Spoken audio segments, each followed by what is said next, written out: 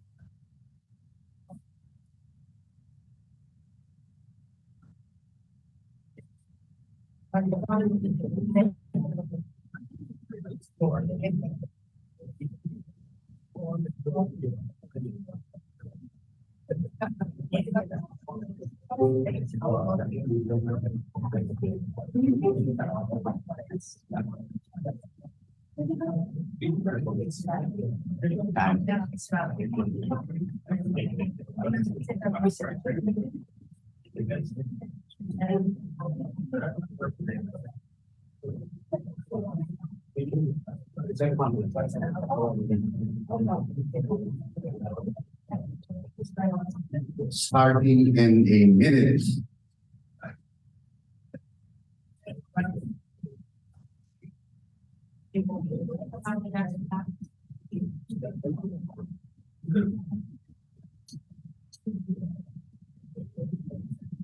Sabi ko, Sir Masi, relax lang tayo. Akala yung formal yung setting, pero chill, di ba? Oh, one of our institutional partners, Hans Haddock Foundation, is here.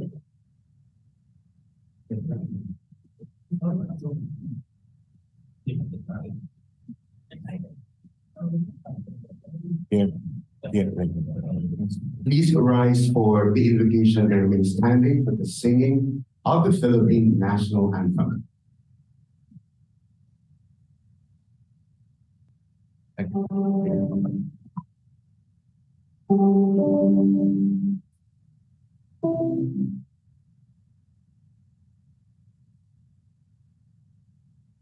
Bless us all, for loved ones here and near and far away, and everyone keep us safe each night.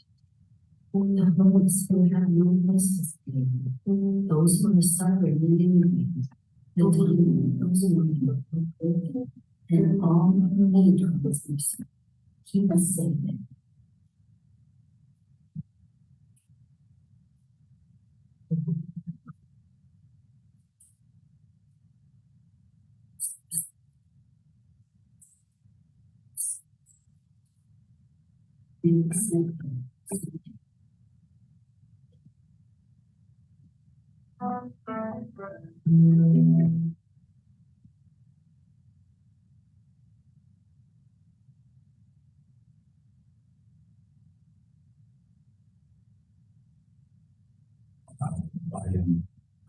And somehow ambiguous.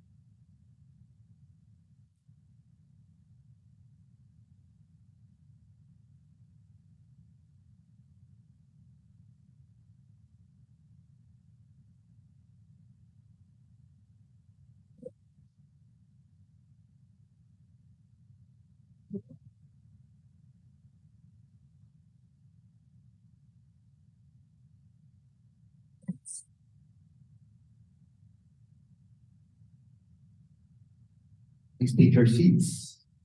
Thank you. Magandang umaga po sa ating lahat. Good morning everyone and welcome to the Philippine Press Institute's 27th National Press Forum. Imagine sa sobrang tagal haba ng panahon ng nag-pandemic, etc.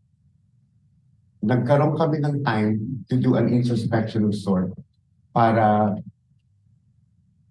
galingan pa. That means recalibrating the works of the Philippine Press Institute as we look forward to doing a lot of things with our partners that include Hans Heidel Foundation and Nickel Asia Corporation.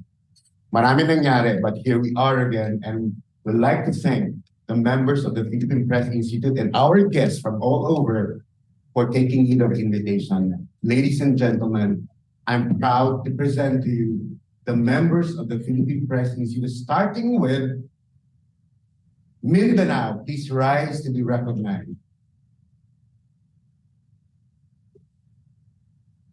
Visayas. Luzon and NCR. And of course, last but not least, the members of the Secretariat or training team who stand to be recognized, and also the newly elected or minted Board of Trustees of the Philippine Press Institute. Please rise to be recognized as well.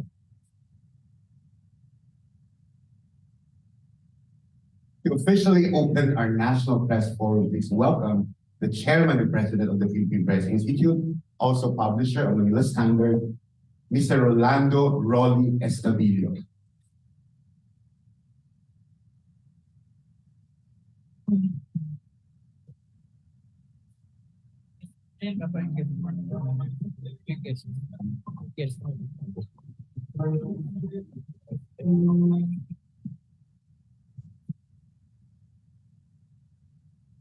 Distinguished guests and participants, colleagues in media, PPI members and supporters, ladies and gentlemen. Good morning. On behalf of the entire PPI family, it is my great pleasure to welcome you all to the 27th National Press Forum of the Philippine Press Institute. This is our first in 3 years to hold this yearly occasion in person, which makes it doubly significant. With the pandemic all but officially declared over, the stringent health rules that kept us in bubbles for a time now have been eased. We see the situation almost back to pre-pandemic level, despite occasional red flags of a resurgence, but on the whole, we are okay. And what better proof of that than our gathering today? And this year's theme reflects our rough journey in the recent past and its impact on how we do things as journalists moving forward.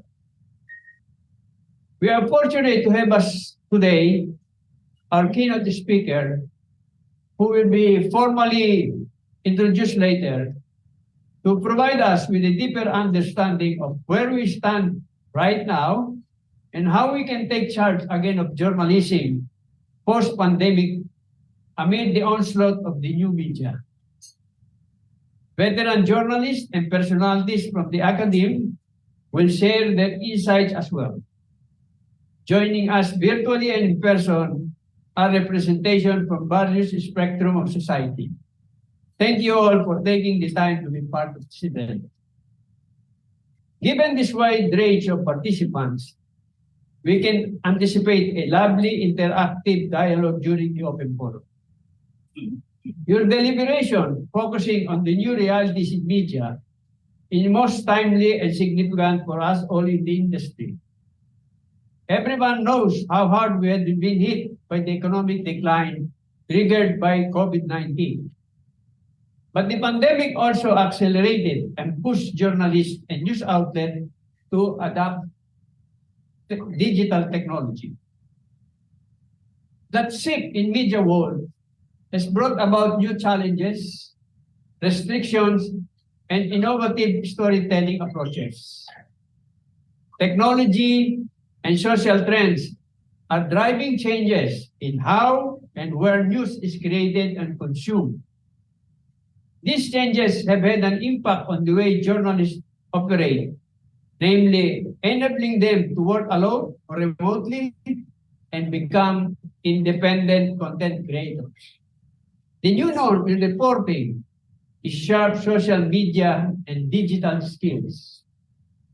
This empowered, if you will, the public to act as eyewitnesses, publishers, authors, and increasingly the breakers of news stories. Thus, we see the proliferation of the so-called citizen journalists challenging accepted journalistic notions of reporting. The factual who, what, when, where, and why elements of news stories are being eroded, and in their stead are snippets of the full picture often presented in partisan view of an event. With the pace and reach of non-organized digital coverage of major news, it is not surprising that traditional media lag behind as sources of current events. It has lost steam as gatekeepers of access to news as the winds of change gain further speed and strength. Ironically, the news industry was one of the first few sectors to recognize the emerging digital transformation early on. But it was too slow to react and is now at risk of being a casualty under the new normal. No doubt, the rise of social media and the ubiquity of online news and opinion pose an existential challenge to the traditional newspaper model. As if this situation is not dire enough, we face yet another potential upheaval. This time, the threat emanates from the latest cutting-edge technology to emerge in the digital age, artificial intelligence. AI apps churn out essays, poems, images, computing code, and more within seconds from a short prompt. ChatGPT, launched by OpenAI only late last year, leads the pack at the moment. It has taken the world by storm and has sparked a race to develop the next generation of AI. This early intelligence transformation has started to be embraced across all sectors of business and industry to keep ahead of the game, jeopardizing some tasks ordinarily done by people. The specter of more jobs being lost to bots looms as a plausible scenario as AI technology approximates human-level performance on some professional and academic tasks. The German media giant Axel Springer has warned that journalists risk being obsolete by AI, saying it has the potential to make independent journalism better than it ever was, or simply replace it. It predicted that computers using AI would soon be better at the aggregation of information than human journalists.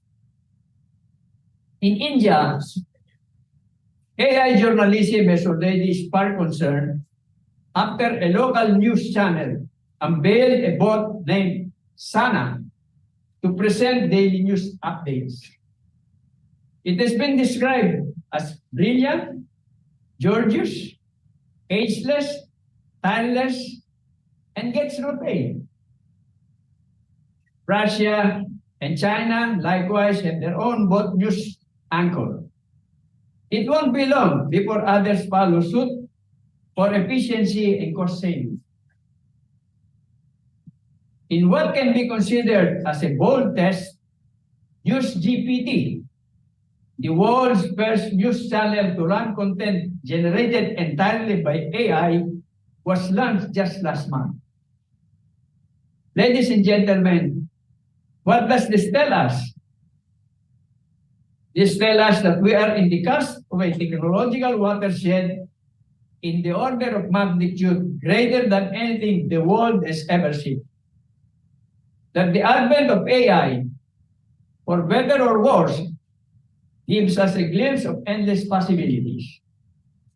As we journey ahead, shocks and disruptions will be constant, as it was in all ages before, or as long as man continues to innovate and invent tools to move things forward, or as long as human beings are endlessly restless and destructible, AI or no AI.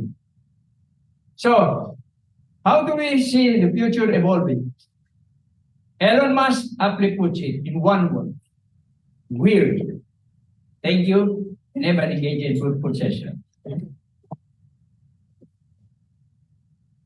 Maraming salamat, Chairman Estadillo, and congratulations for being elected again for another 2 years, whether you like it or not, as Chairman and President of the Philippine Press Institute. Itatanong ko nga sana, you remember when we were in the office, nag-practice tayo on chat, right? With Care and the rest of the training team. Sabi, pwede pa lang gumawa ng speech by AI or chat. Pero so, hindi yan. Hindi, for sure. Huwag tayong fake news kasi ang daming nanonood live by Facebook streaming. Maraming salamat, Sir Rolly, and we continue to do our work as the institute as we look forward to recalibrating our work, which we often said during the pandemic, and we started with a lot of things with our partner, Anselo Foundation and Nickel Asia Corporation. Please welcome this morning's host and moderator, Ed Lingao.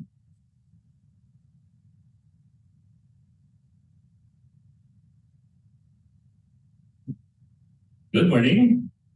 Okay, that's good to hear. Okay, maaga pa naman, so siguro wala pa kayong tama. Sorry, carry on, Jari. I am proud to say that I started out in the newspapers when with the Defunct Manila Chronicle and then Manila Times, the TV, the Facto Times. So temporarily, I've just been captured by the evil industry called broadcasting. But I'm a print person by heart. Well, sabi nga ni Sir Rolly, ang daming nangyari over the past, not just the past 3 years of pandemic, but as well the past decade. Ang daming what you might call disruptive technologies, what we call now disruptive technologies. Siguro, a little bit of backtracking siguro. For those who are old enough, you might remember nung unang dumating ang radio. May pinakatanda na rin. Nung unang dumating ang radio, sabi nila, naku, patay ang written word niyan, patay ang print. It is the death of print. Dahil meron ng radio, people will just listen. Nobody will read. Yet we survived. And then, there was television. Naku, patay lalo. Meron ng audio, meron pang video. Anong panlaban mo dyan? The death of the written word again. Yet we survived. Again, we have survived. But now we face an entirely new animal that has, dissolved the line between the journalist and the citizen. It's an entirely different animal altogether. It is not just new technology, it's a new animal. And that is what we face now. So, it's good to be back, good to see each other, but it's also good to talk about these things because these are things that we'll have to face together if you want to make a difference. Because in the end, it's not just about pushing your advocacies or pushing your principles. It's about making sure that you're sustainable, that you're alive and well to publish the next day. So it's not just about writing very well. Of course, that's a big, big part of it. It's also about making sure that tomorrow will still be there. And that's what we will be talking about, among other things, among many other things today. Anyway, I understand our guest is already here, our keynote speaker. Let me introduce her. She's Dulam Korlu, or Duya Batar. I hope I pronounced her name right. She's a McCain Global Leader of 2022. McCain Global Leaders is a 10-month fellowship experience of 25 diverse leaders by the McCain Institute, working to advance democracy, human rights, and freedom Duya runs an NGO called the Nest Center for Journalism Innovation and Development in Ulaanbaatar in Mongolia. He's also the founder, I think, of the Mongolian Fact-Checking Center. She's helping to build a community of transformative media in Mongolia as well. And aside from all these things that she's doing, she also happens to be the mother of two, which is, I suppose, harder than anything that we mentioned already. She's a mother, a wife, a media entrepreneur, a trainer, and a fact checker. Here to join us today, all the way from Mongolia, let me introduce Ms. Dulang Kodlu Batang. Thank you very much, Mr. Linga, for also including that I'm a mother of two. That's a very important title for me, and I wasn't sure if that was relevant enough for this audience today, so thank you very much for including that. It's my honor to be here and to address all of you from Mongolia, all the way from here, as we learn a lot from the Philippines in terms of media and press freedom. And I do believe that you guys are at the spotlight globally, and you are standing on the defense of democracy and free speech. Without further ado, I hope I won't bore you with my speech. I tried to keep it as short as I could. So, ladies and gentlemen, distinguished guests and fellow journalists, today it's my honor to address you all today at this very important event and at this very crucial time for journalism. I'm standing, or rather sitting here today, to ask that we collaboratively work together to support journalism and to ensure to our readers that we are here for them. My name is Doya Batar, as Mr. Lingao kindly introduced. I'm from Mongolia. Mongolia is a small country sandwiched between Russia and China. And I'm a journalist, and this is one title that I am proud to go by. Mongolia is seen as a champion of democracy, and we are celebrated in the region for that. And I devote my work to be able to continue to say so. And I have a huge trust in journalism that it will continue to guard the democracy that we have. COVID-19 challenged us on multiple fronts. On the other side, it also helped us see the important role journalism has to play in society. But in the past couple of years, journalists have lost some of the trust that we gained during and after COVID-19. And I'm here to say that we cannot afford to lose any more of that trust. And we have an important role to play in keeping what's left of the trust and building on it. Let's look at some of the trends and figures from the latest surveys. The trust in media and journalists has hit a new low. This is not a new sentence. We've heard it before last year and the year before that, because year after year, trust in journalism is hitting a new record low. According to the Edelman Trust Barometer 2023, media and journalism is not only seen as not trustworthy, readers said that the media actually fuels the cycle of distrust and is a source of misinformation. The number of people who believe this is exactly the same as those who think the media is a source for trustworthy information. Both stand at 42%. We have hit a new low there. More importantly, people do not feel that media cares about them. They don't see that we serve for their interest. They think we serve for somebody else's interest, those who pay for them. They think we are bought out. The number of journalists who are imprisoned globally has hit a new high. According to the Committee to Protect Journalists, there are 363 journalists who are imprisoned worldwide at this moment when I'm speaking, which continues to steadily increase year after year. At this time, I want to share with you what I feel most concerned about when it comes to the future of journalism. We don't compliment ourselves enough. We are very good at giving ourselves a hard time and making the life that is already so hard even more harder. Look at the facts, and we are already in a war. Let me ask you, who else does that? Who else questions the integrity of journalists and wins when people do not trust journalism? It's malign actors. And sometimes those who create the law, those who enforce the law, and those who break the law. In the recent years, we have seen attacks on freedom of the press and attempts to undermine the credibility of journalists. Behind the simple sentence, we have journalists putting on a poker face, acting as if everything is okay, but having their suitcases packed and ready to go to the prison, waiting for the court's decision on meaningless charges. We have also seen the rise of disinformation, which threatens to undermine very foundations of our democracy. A couple of months ago, Mongolia's seemingly democratic lawmakers passed a law which they called the Law to Protect Human Rights on Social Media. According to the officials, this law was intended to prevent especially children from becoming victims of crime through social media. But its actual goal was the state would possess the ultimate right to shut all communication methods down if a certain somebody felt that way. This is the only one example of how governments are, and in our case, relentlessly attempting to censor free speech. Currently, out of the 363 journalists in prison, roughly 1/3 of them are held for defamation charges. The remaining 70% are held for more innovative ways to censor the media, including, but unfortunately not limited to, national security, fraud, spreading misinformation, copyright issues, corruption, and very specific to the Philippines, tax evasion and money laundering allegations.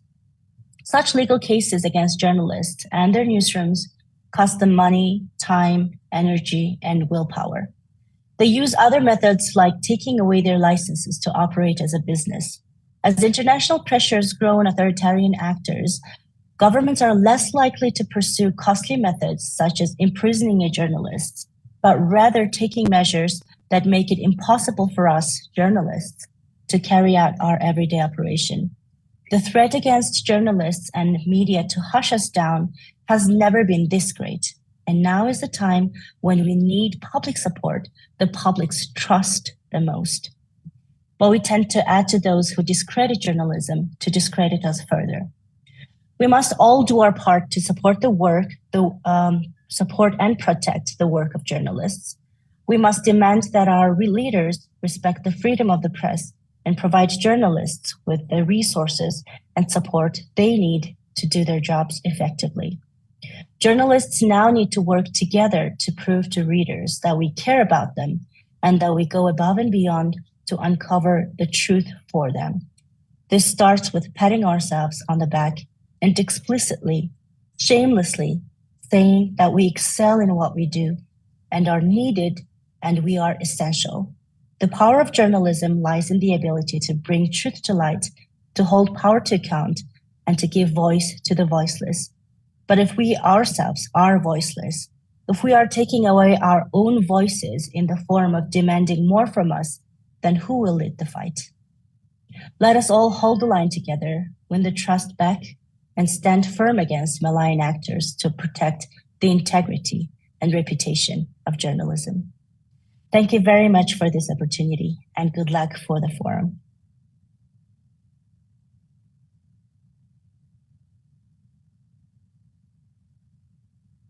Thank you, Duya. As we say here, maraming salamat for joining us. But please don't go yet. We first have one of our senior journalists, si Inday Espina Barona, to give her reaction or feedback. And then we hope to have you for a quick open forum. I'm sure our colleagues here who are journalists would also want to ask you a few questions. And maybe as well make some remarks or comments since, to your presentation. If I may just add, Duya, please tell me if I got this right. I understand then that the new law is so restrictive that it includes violations against denigrating state symbols, history, cultural values, and undermining national unity. So it also goes into the political. Well, those clauses, we're not against those clauses, but the problem that we have with that law is that it's already, what you just read out is already regulated by other existing laws. And In the case of this new law that we have kind of advocated against, all but 2 clauses are already regulated by already existing laws, and the remaining 2 clauses that they added on top of the collection of clauses from other effective laws is giving the Minister of Justice and Home Affairs the right to shut down all communication methods if he felt it was needed. So that's one clause that we had a problem with. And the second clause was that they wanted to create a unit of 13 people who would be monitoring the social media in Mongolia and will be deleting posts that they thought were problematic. So those were 2 clauses that we had a problem with. This was pretty much an unprecedented action taken in the case of Mongolia because this really didn't happen before. We only had defamation and libel regulations, which were already problematic, but going beyond the limits and the democratic values to be able to shut down all communication methods in the 21st century was something we've never seen in Mongolia. And they passed this law in 2 days, which was another unprecedented action. Okay, I apologize. My curiosity got the better of me. And actually, it's supposed to be Inday who's going to give a reaction. So I skipped ahead. But Inday, I apologize for that. Inday, it's been a corona of rapper. Inday.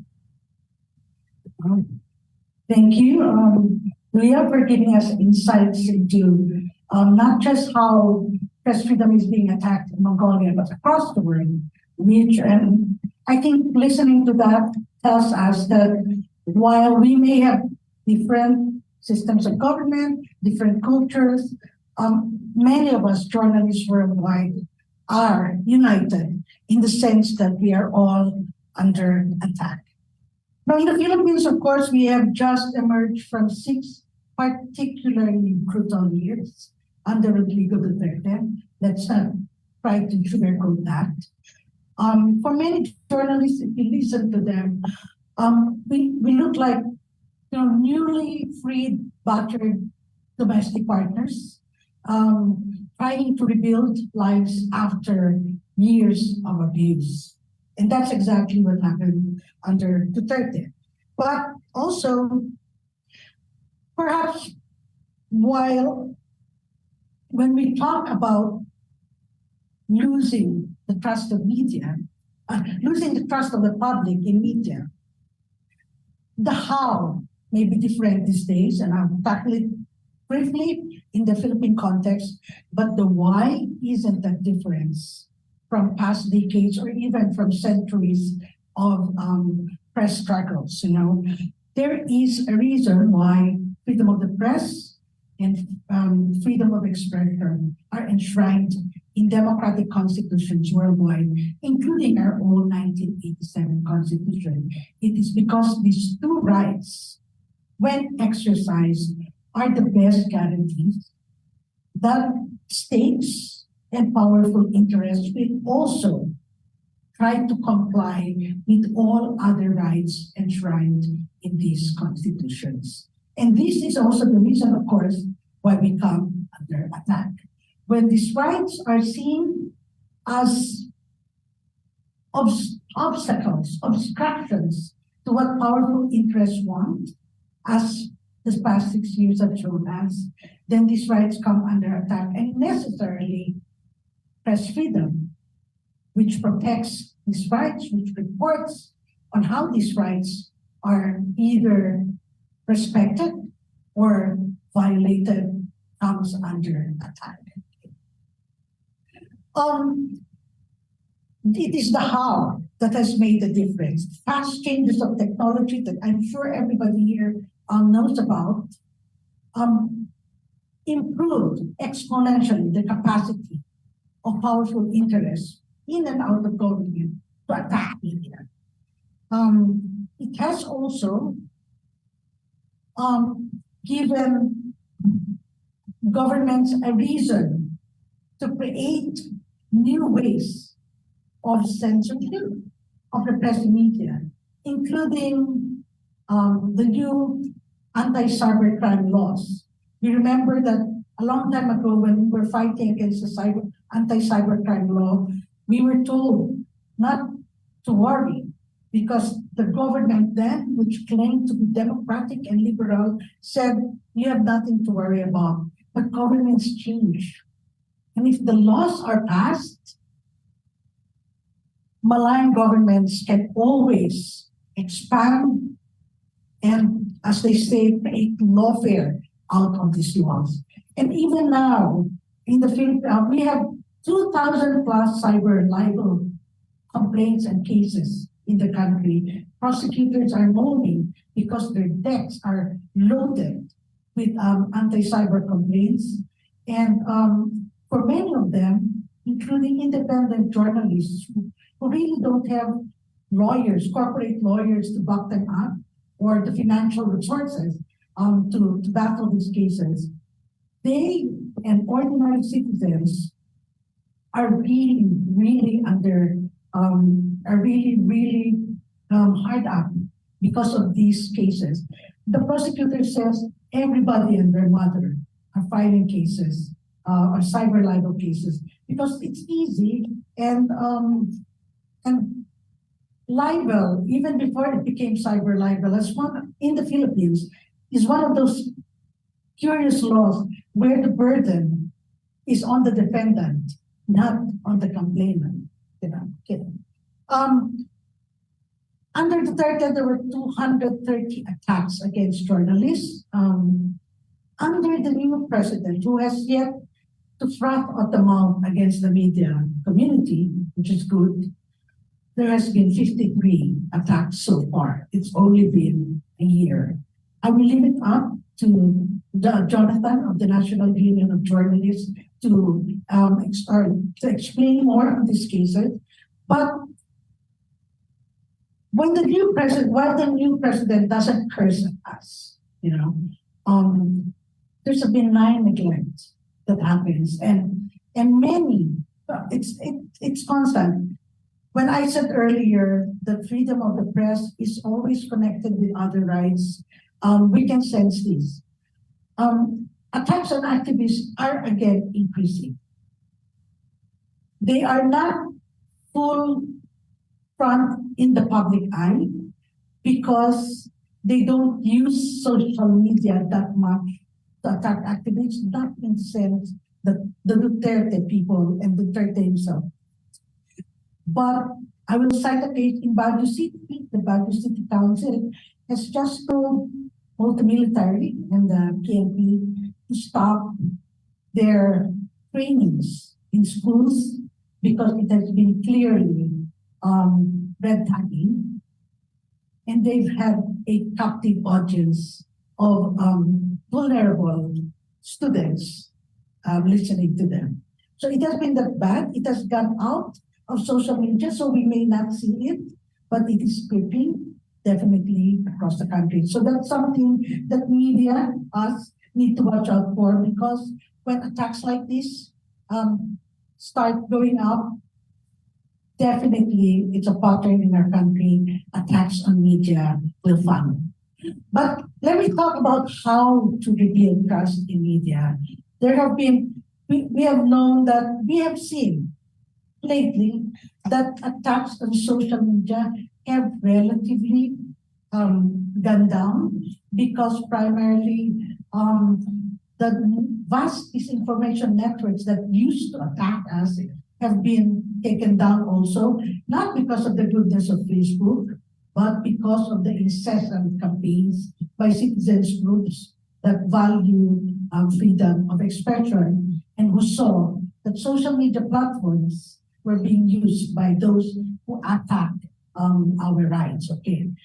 And yet, this information continues. And again, because of the vigilance of citizens groups on Facebook, they have had to change processes. Not too much on Facebook pages now, but a whole lot on messaging apps. I don't know if you have been messaged by a lot of friends saying, asking, is this true? Is this true? And there's so much misinformation, Viber, WhatsApp, Telegram, everywhere, because it's not being monitored. It's supposed to be private. So that's where the disinformation goes. And I do know for a fact, for example, that in some of the Marcos networks of disinformation, they don't go out on social media. They don't do the same mass spread that the Duterte, we know the Duterte groups did. But they're in their silos, and one by one, they put out different versions of the disinformation they start to peddle. So that's one thing that we should be very careful about. Is there a way to combat this, considering they're in private groups now? Yes, there is. I think the way to combat it hasn't much changed. I think we need to actually explore the opportunity provided by technology to be better at building trust for us, regaining the trust. And the first step, major step we need to do is support each other. To show the public that we trust each other. While I don't really believe that we should never criticize our peers, that would be such an echo chamber. I believe there are ways of constructively criticizing our peers. There are ways, there are internal mechanisms among media, PPI, for example, or even just among friendly conversations, friendly reminders among friends. If you see, for example, maybe perhaps a potential plagiarism incident, you don't have to go on Twitter and then suddenly, and then rant and rave and attack a colleague. And sometimes we haven't even asked, the background behind it. So it's very good. Let's do it as we should do good journalism. Let's first explore all avenues, double check our concerns, because these cases may not be as bad as we think they are before we go to media. But more than that, it's not just how we resolve problems. I think what the biggest challenge for us now is to go beyond our instinctive competitive urges and ask ourselves, how can we support each other? Number one, if a different publication or network in our community comes up with something good, it does not shame us to acknowledge that or share that. Because once the public sees that the media, even in the high competition, know how to acknowledge the good among peers, it will actually encourage the public to, it will improve our credibility among the public. So they will see it's not just a race for our ratings, for our hits, but it is actually an appreciation of the good stories that help communities.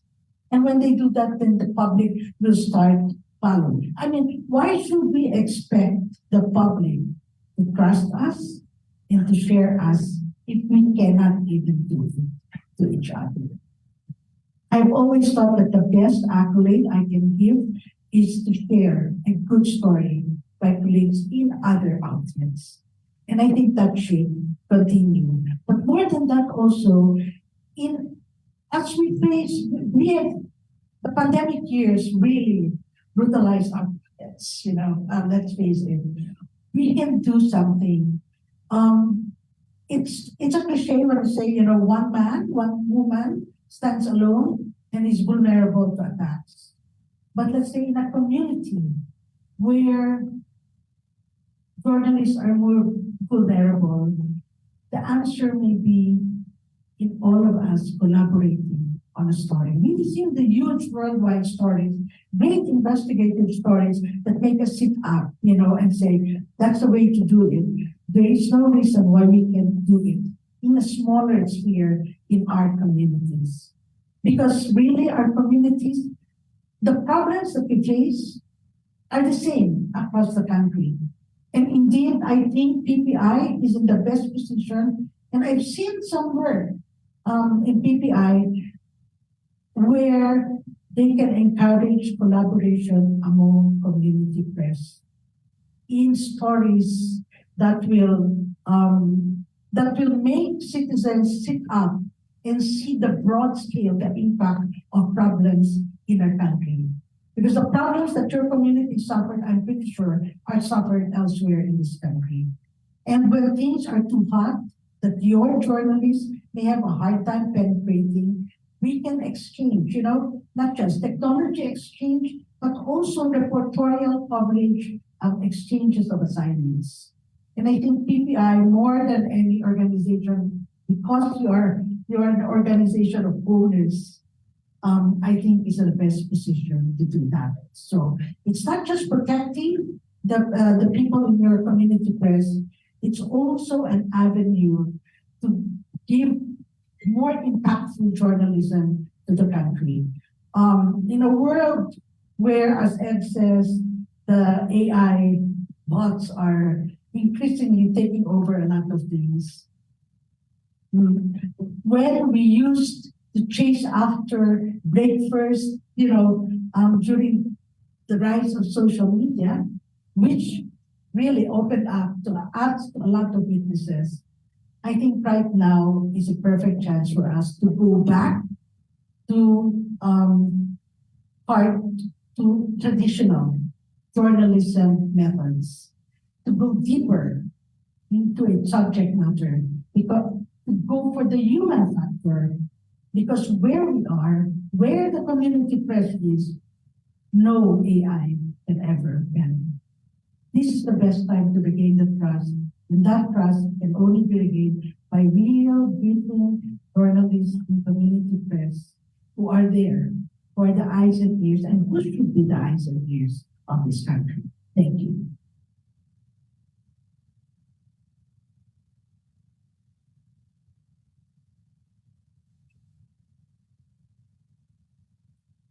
Okay, maraming salamat, Inday.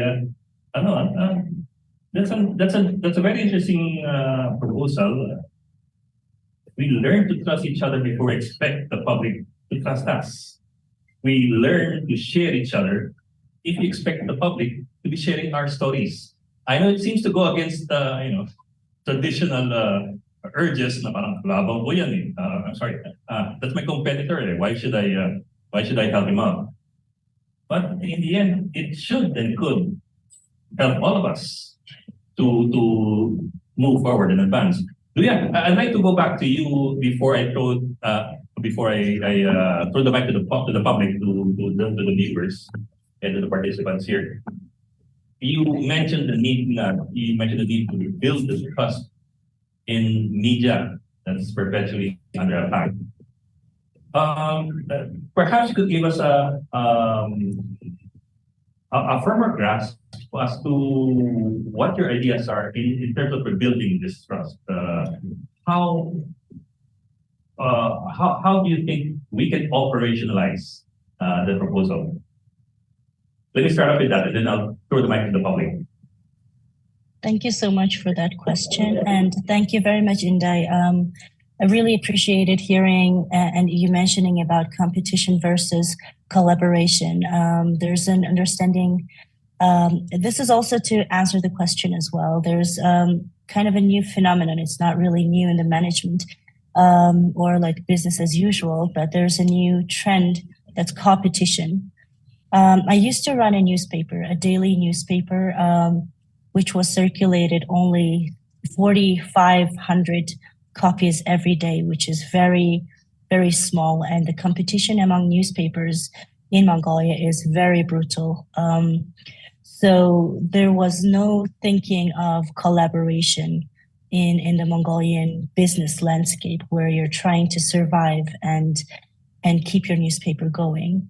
But at this time, we are not only competing with ourselves, within the ecosystem. We are competing with misinformation. We're competing with malign actors. In some cases, in the Philippines case, with the government, the state, those who are in charge of the laws and regulations in the country. So if we are only competing with ourselves, we're only wearing down the trust that we have. We are only discrediting ourselves further. When we ask people about their trust in media and what they trust in, people, readers, they do not tell between whether it's a television, whether it's a newspaper, whether it's a website or a social media profile or even groups. For them, it's just media as a whole. So when we talk bad things about our competitors, then we're only wearing and degrading the trust in ourselves further. So it's very important to actually explicitly say, and not be too modest about the important role that we play in our societies. We should be able to say that because we exist, you have this and that human rights. Because we are here, you are able to enjoy the democracy that we have. So we just need to be less modest about the role that we play and shamelessly share what we do, and just be transparent in the process of how we're finding information, how we're funding ourselves. So what I suggest is to keep balance between transparency and also telling the good sides of the story to ourselves. We are very critical to ourselves. We can do better. That's true. I agree.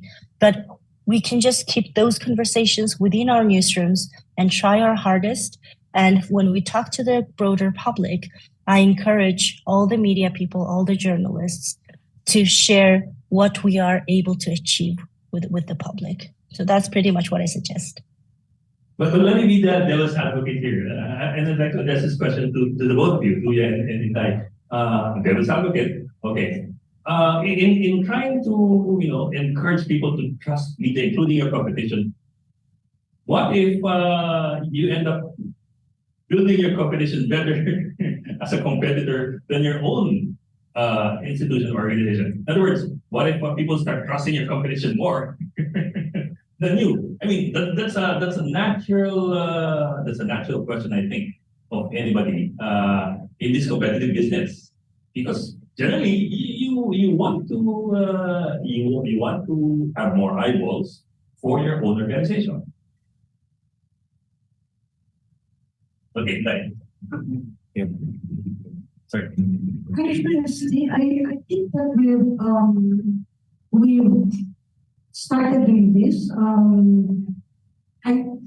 Rapper, for example, has been sharing some stories by abstbnews.com.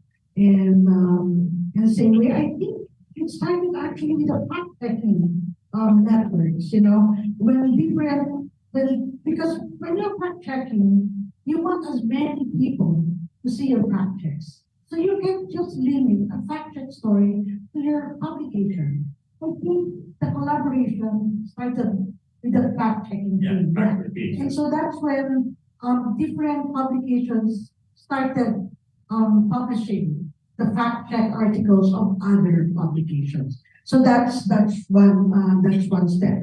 Two, will it really threaten my publication if I share somebody else's good story? I don't think so. No, that's a natural concern. Yeah, I can imagine. I'm not talking about anybody in particular, but I can imagine some newsroom manager saying, "Why are you sharing our competitors' output? Why not ours?" It used to happen, let me see. It used to happen as late as when 2015 to 2018, I still saw memos across, not just where I work, but elsewhere, saying, after that, I think that really increased. I think even the senior editors, even I think the business owners saw that that in the end, if we care about issues, we would like to have as many stories on the issue we care about there. And also, if you're not really, if, let's say, you really can't, I think what is happening in newsroom is we're now more ready to fight our colleagues. I mean, I see now, like, Philippine Star or Inquirer or ABS-CBN or Kappa, everybody actually is citing somebody else. If somebody got a good story first, we're not so scared to cite them anymore. Yeah, And I think that's a true. decade ago, we would not either. We would pretend it didn't happen. Yeah. So that's a big. But it's easier to cite another news organization who is not a direct competitor. For example, if you're both in newspapers, you'd rather cite a TV station, not the fellow newspaper. I don't know. I think we don't know. I've seen between the print publications, they do cite each other. A decade ago, that would never happen. Like it didn't It's happen. conceivable. Yeah. What do you think? Let's hear from Mongolia. I agree totally with Inday. And just one example to give, I don't want to limit collaboration just within our borders. And I don't want to limit competition within our borders as well, because with the technology, world is flat. And I mean, I'm from Mongolia speaking to the Philippine publishers today. So I think it's a proof of concept for what I just said. And on the law case, which we just shared, Rappler was a very valuable ally for us, spreading the word for the international audience. And it helped us to actually make this law redundant and move forward maybe in the talks of a better law that would actually regulate the crimes on social media. So to the question that you had, I think I probably have two cases. First of which built on Indai's point on collaboration and citing our competition. So when we are not afraid to cite our competitors, it moves the story one step further. Instead of doing what our competitors already did and spending resources on that. For instance, TV1 made a corruption story on one of the officials. TV2 can already use this already existing knowledge about that person and build onto that story. Who wins? Your readers win. They know twice as better because you decided to collaborate instead of compete, right? So this is a very good way when we're thinking of the public only winning instead of us competing with each other. My second point, I think, complements on the first point as well. If we look at the competition, who are we competing with? Are actually TV1 and TV2 using 50% of the market? The reality is no. The reality is probably 80% of the market is being used by social media users, and we are fighting for the remaining 20%, whether it's 10-10 or 15-5, we don't care. We just want to make the 80% less and our 20% bigger together instead of getting 18 or 15% of the 20%. I hope I'm making sense. Actually, that is a very good point. Yeah, data even suggests that just look at the past. When we have been competing with each other, we have 42% of readers thinking media is the fuel of misinformation. If we're working together, we can probably make that 20% and reduce it up to 0, right? Because we are competing with each other and we are spreading maybe not the best things about each other, we are losing people to thinking that we are the producers of misinformation. So let's change that. And I think collaboration is the solution to that. Okay, let's have some questions from the floor. There's a microphone there in the middle for those who would want to ask any question of Duya. And well, actually, not just questions. If you have any comments, any remarks, any inputs to this discussion, please feel free to go front and center. Oh, si Sir Ronnie. Sir, here you go. Yeah. Good morning again. I think in PPI we've already solved the problem of collaboration. We just inaugurated late last year, the News Common. Genius Common is, we just tied everyone. We got 70 members. Now, they're all members of Genius Commons. The beauty of this is that all members can share their stories in one platform because that is a digital platform. And anybody can pick up from anybody as long as you are a contributor to that platform. The only requirement is that you acknowledge where you got that. So in other words, there's no competition as far as we're concerned. Now, we don't meddle into their own operation. They retain their identity. They can operate within their areas, but then we give them a bigger audience through the News Commons platform. So, and then you can monetize that.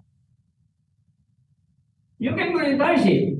You can say that, okay, we put your ads here in one area, but then again, we put you in News Commons, you have a bigger area. The whole country. Actually, our members from north to south and abroad. If we have to count our viewership, as we claim, it's 44 million. So if we can monetize those viewership, it will be a huge advantage for PPI members. Later on, we're going to talk about this further among us, and we will try to be more active. This is just the beginning for PPI. I'm sure there will be no competition. Thank you. Okay, thank you very much. Any more questions and feedback? Come on, feel free. Sige, magtatawag ako. But let me just add one more thing. To that point, you had a very good point a while ago when you talked about sometimes you forget that we're fighting over a small percentage when big chunk of eyeballs are going to social media. And when that's where we should be recovering our numbers actually. Just as an example, the other day, I don't know if you've seen this, there was a Senate hearing where you had a policeman named Alabata who testified in the Senate, ridiculously marvelous testimony, if you ask me. And it went viral. There was a Facebook page, Buhay OFWs, that just cut or spliced the testimony of Alabata and just broadcast it. And in just one day, he got millions of views. In 5 days, he now has 12 million views. That's Buhay OFWs. He is not a journalist. He's just a Facebook profile. He has no background at all. He just cut snippets of the Senate hearing. He did not even set foot in the Senate. He was never there. He does not know anything about journalism. I presume that he does not, he's not familiar with the editorial judgment and the editorial principles. Yet he's getting eyeballs. Eyeballs that many of us would have wanted on our own pages. Those are the numbers that we want to recover. I think those are the numbers we all want to recover. Not to say that he's doing a bad thing, but just saying that that's the context of it all. Those are the eyeballs that we are losing, and that we should be fighting back for. Hindi, ikaw, what do you think? Sorry. I'm not about to argue with that. I saw that too. I saw that too. It's not just him. It's a lot of, there's also a new phenomenon that could, if in many ways also be an alarm bell for disinformation. In the aftermath of that killing, of the gun killing, that's the topic of the Senate inquiry that Ed was talking about. I saw a slew of, we couldn't get official photos in him, but then suddenly I saw vloggers, a lot of really, even in the raids, really closely in photos. Very vague, but I tried to search. They were mysterious entities, really. They weren't even people. I don't know who they were. And I just know that a lot of police were also sharing them. So there's a lot of parallel, informal, quote unquote, news avenues that government agencies, including local governments, are using. They know the power of social media. And government supported. And government supported because they do have public monies to spend there.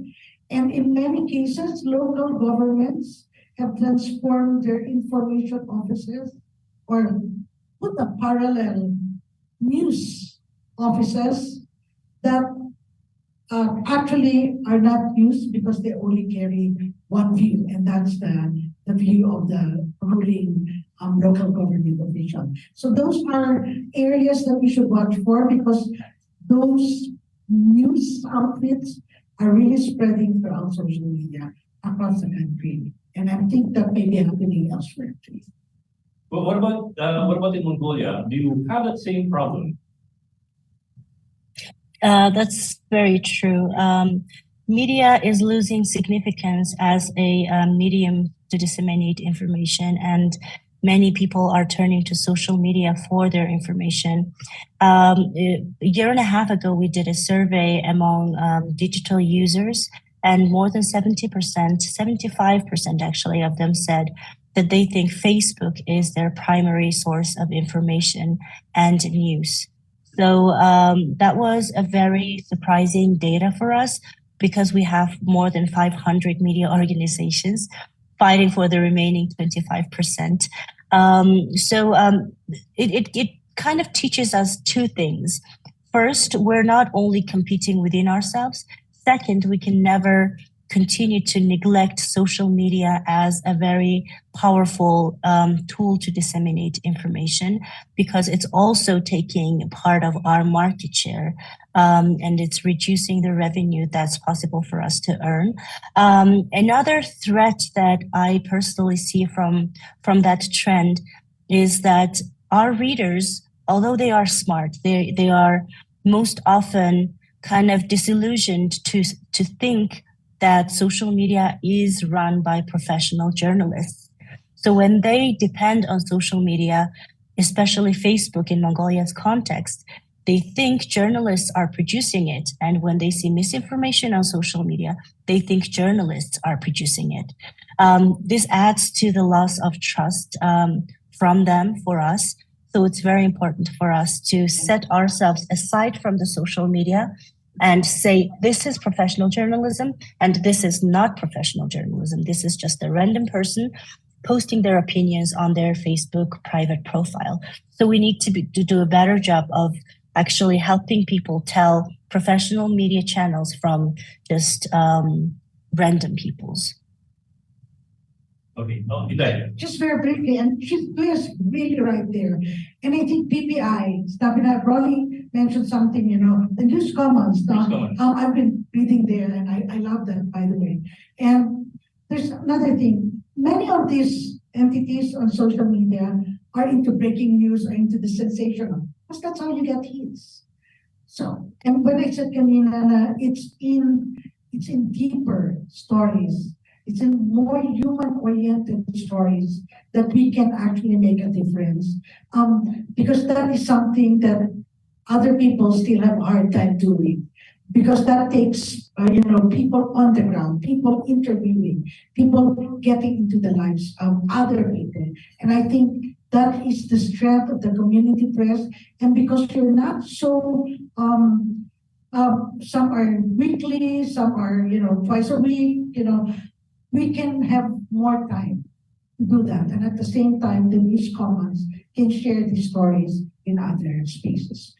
Okay, thank you. Time to do a time check. It's 10:45 already. We'd like to say thank you so much. We'd like to say thank you so much to Luya all the way from Mongolia. Luya, before you go, we'd like to give you at least online a certificate of merit. We'd love to go there personally to deliver it. Maybe Adrian can cut up the money. No, it's possible. The certificate of merit for Luya Patar for joining us today. Thank you so much. Wait, you're looking for it. There you go. Oh, wow. It's a Thank you certificate. so much. Thanks so much for having me this morning. And it's been great talking to you and sharing our insights from Mongolia. And we look up to the Philippines a lot. And we are with you in your battles against the government, or maybe against is too strong of a word, but the challenges that you face there is faced with us here in Mongolia as well. But we feel that the Philippines is really in the spotlight for global attention, and you are in the front line for raising awareness on the importance of freedom of speech. So thank you so much for having me this morning. It was a Thank you so pleasure. much. Thank you very much. Yeah, maraming salamat. Thank you so much. Thank you. Okay, now we head to the second part of our forum. We have an esteemed panel. I don't know how masyadong formal.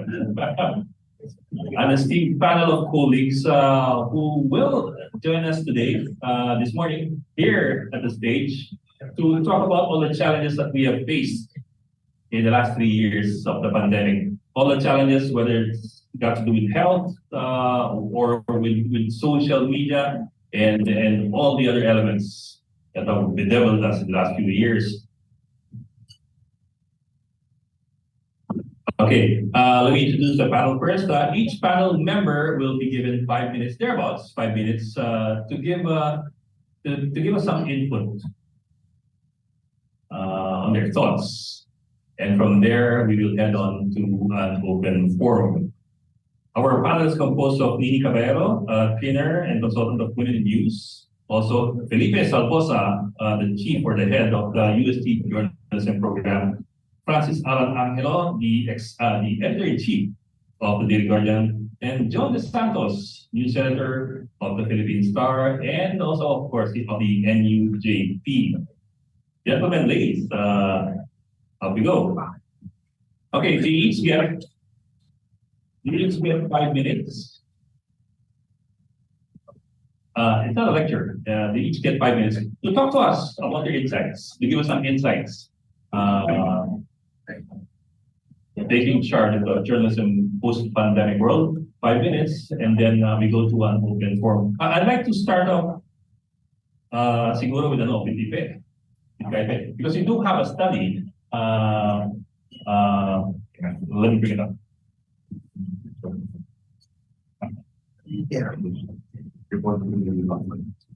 Where should I So here you go. Ipe in collaboration with Christian Esguerra, research on media conditions reporting in the new normal, published by UST, where you talk about certain key issues that at least 30 journalists faced in the last 3 years. So siguro start off with Ipe, para may context tayo lahat before we go on. Ipe, sige na. Thank you, Ed. Our study is qualitative in nature, so we conducted 30 interviews. So yun ang namin, yun ang methodology namin. And I'm very grateful to PPI, to Sir Ariel, Sir Estabilo, the PPI board, and Hansadel Foundation for supporting this project. Majority of our interviewees are from PPI members. So we are very grateful to members of the PPI for agreeing to be interviewed. So our main results cover the following areas. So first, journalistic news, what they thought about the COVID-19 crisis. Personally, I'm interested about the reporting methods employed during the pandemic, and then the personal and professional challenges encountered by journalists, and finally, what journalists thought their role was during the pandemic. So we conducted the interviews last year, so some of them were in person, Most of them were through web conferencing facilities like Zoom or Google Meet. Okay, so ano yung mga tatlong issues that concerned the journalists that we interviewed? No? So we found that journalists were really concerned about at that time, the government's unpreparedness to respond to a global health crisis. That's foremost in their minds. Another is prevalence of misinformation and disinformation. And the third one is they had the perception of corruption in the government's pandemic response. Now, when it comes to the prevalence of misinformation and disinformation, our results showed that it had a twofold impact on newsrooms. First, there was a need to allocate more newsroom resources to deal with the problem and the additional workload imposed upon journalists. Okay, now we also found that journalists developed or reinforced existing reporting methods to cope with the challenges of the pandemic. So for today, meron tayong apat na with the practices we documented. So journalists first used yung tinatawag na verification dashboards, okay, and then what we call the vertical or horizontal verification, and then utilization of virtual lines of communication and ascribing different levels of trustworthiness. Okay, so a number of interviewees, including PPI members, said that they regularly track data, statistics, and other type of information from various online sources. Okay, so including as the pandemic broke out, the Johns Hopkins University Resource Center, SOCMED accounts, and reliable global news organizations. So they said that the availability of these online resources allowed cross-checking, validation, and verification of official government pronouncements.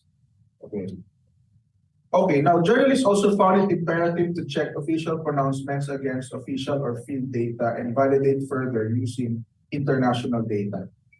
So, ginagawa na natin to, no?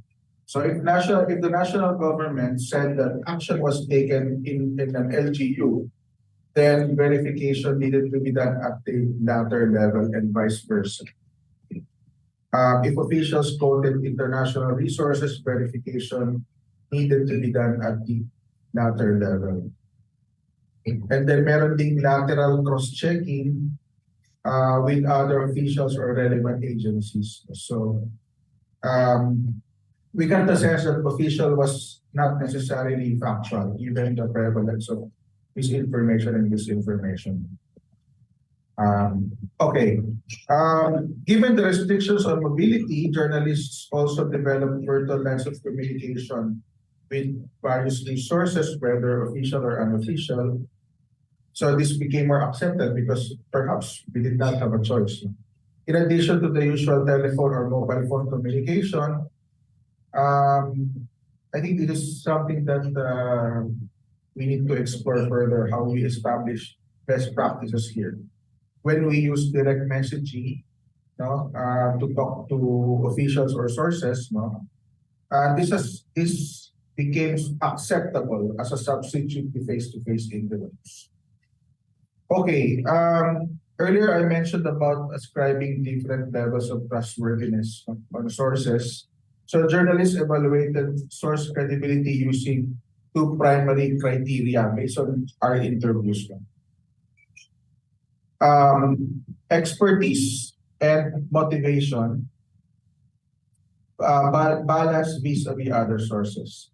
So institutional or expert sources went through minimal vetting based on this system.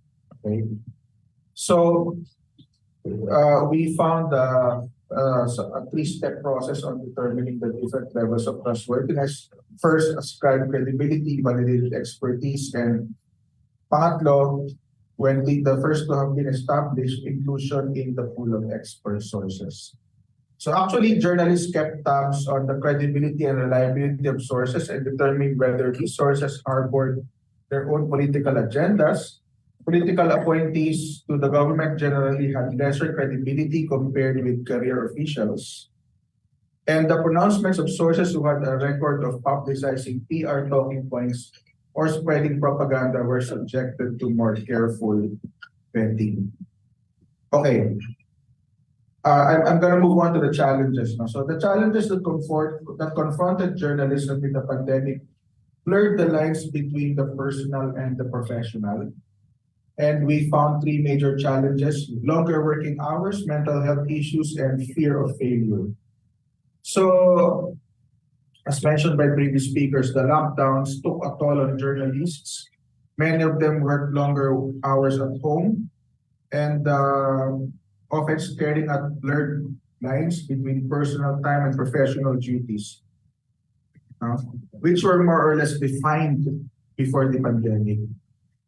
So, for example, one reporter for an online news organization said she worked between 12 and 18 hours minimum because of numerous government briefings, including IATF briefings and the president's late-night press conferences. Mental health issues were also a significant issue among journalists as a result of longer working hours because they work alone at home, away from colleagues, connected only via messaging apps. And they also feared that they will go down with COVID-19 as they monitor the rising number of cases. Finally, yung fear of failure, despite the personal and professional struggles, common denominator was the fear of failing to perform their job. No? They fear that they will be unable to access their sources as journalists. And there were many opportunities to validate information coming from the government. Finally, in the course of our interviews, the journalists and editors we talked to spoke about two major roles. First, as a provider of accurate information. Second, as a provider of context. So the critical role played by journalists as accountability seekers on behalf of the public was also brought up during the in-depth interviews, but to a lesser extent. Journalists recognize that any mistake in pandemic reportage, whether intended or unintended, could have direct and serious effects on ordinary news consumers. Now, so despite challenges posed by the pandemic, both to their personal and professional lives, journalists that we interviewed went back to their moral obligation and sense of purpose, especially in the pandemic, to tell the truth by providing accurate information and context and minimize harm to a suffering public. Thank you very much. Okay, maraming salamat. In case you're interested, yung study ni Ipe is available online. I found it last night, so Google lang dapat yan. Otherwise, Ipe, you might want to share them a link if you can. Yeah, it's on the PPI website, but we can send the link later. Yeah. I can also send copies. Yeah, maganda kasing basahin at himay no chani. Next, let's go to Nini. Can we have Nini?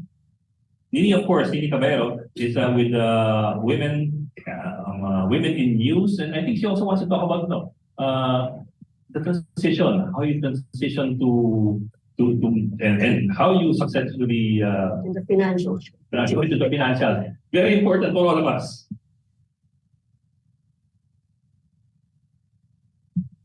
Hello, my buntag. First, I'd like to say, congratulations to all of us that we're still around. And a round of applause for everybody. For surviving COVID and social media. That's true, because for a while there, we even thought of COVID, the pandemic, as a media extinction event. And true enough, we've had community newspapers that died in the last 3 years. And we saw painful downsizing of our newsrooms. So it was a really painful era for us. And but now, as some analysts say, we find ourselves in a safer place simply because we have learned to adapt. We take necessary measures, of course, and we have moved to digital, right? We were forced to move to digital.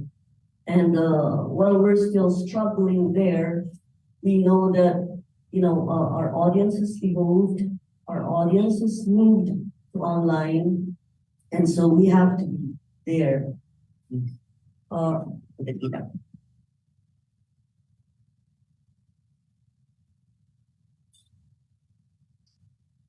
Okay, now, I'm with Women in News of WANIFRA, that's the World Association of News Publishers. But I do training, not on gender issues, but more on what we call the Digital ABC program. It's about the foundations of digital and looking into the digital revenue opportunities available to us. So what are these opportunities out there? Now, for many of us in the community press, because I came from Sansar, I retired 2 years ago from Sansar. I stayed there for more than half of my life with Sansar. And, for most of us, we started our digital journey by just jumping onto the internet bandwagon. This happened in the mga mid-90s at the start of the internet. We really didn't know what digital meant. But the competition is doing it, then let's go have our own website. Then social media came about. So yeah, let's do it. Let's be on Facebook. So without much introspection or thinking about what are we doing, as people said, when we went online, didn't we engineer our own downfall by not even thinking that we should have charged for our content? We offered everything for free, and then now we're realizing na sayang, we could have charged nga pala or made money to sustain or even to strengthen our digital operations. So, what I'm saying, what I really want to say here is that we have to learn about digital. Now, it's not just about websites or we haven't even learned enough for social media. But now we have AI, and we really have to, educate ourselves about these. What are the opportunities? What are the challenges? How do we cope with the challenges? How do we face them? Okay. So industry leaders are telling us that on digital, aside from advertising, which happily is trying to recover, well, for some, not for all, the business model that industry leaders have been pushing the past years is really on reader revenue, or what we call audience revenue. What it means is asking people, your readers, the public, to contribute to your financial sustainability, to pay you for premium or special content or privileges or benefits that they may get from you, your news organization. And what are these models for reader revenue or audience revenue? Kasi hindi naman readers lahat. Well, some people view or listen to our content. So what are the examples of this? What is subscription? Not necessarily subscription to your website. It can be subscription to a newsletter. Some people have membership. Rappler has Rappler Plus. It's a membership model. You pay to become a member and you enjoy benefits and special access to some content. And then others are, I see many websites in the Philippines asking for donations, for contributions. That's fine. That's still a form of reader revenue wherein you tap your loyal base to contribute to what you're doing and what you're doing well. And there are other streams. Now, to get to reader revenue, though, it's not just as easy as jumping into it. Nagkamali na tayo nun how many decades ago. So let's not do the same mistake, no? So what we need to have is a strategy, a game plan. And this requires study, consultation, collaboration, planning, and experimentation. So, what to do? We in the One for a Win, we're proposing a game plan for media organizations. So, number one talaga is you have to understand the digital economy, the monetization opportunities for media. And to do that, you must understand, what is online advertising? Why is it cheaper to advertise online than on print? And then second is you have to know your audience wants and needs. How to go about this? You can conduct surveys, you can conduct informal meetings with your audience, with your readers, or even some organizations conduct content audit talaga. Meron din yung mga focus group discussions, which are very helpful. I've tried that also, and really very helpful. Then from knowing your audience wants and needs, I say wants and needs because you cannot just provide them what they want.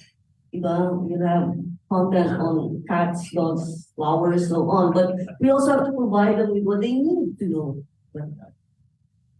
Then after getting this information, getting this data, because data is crucial in a digital operation, you then develop your own content strategy.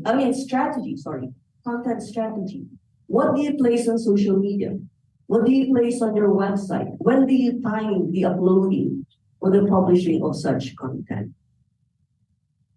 And then once you have developed the volume of content needed on digital to come up with a following that hopefully would generate, reader revenue, then you can experiment on this. I'm not saying go into this right away.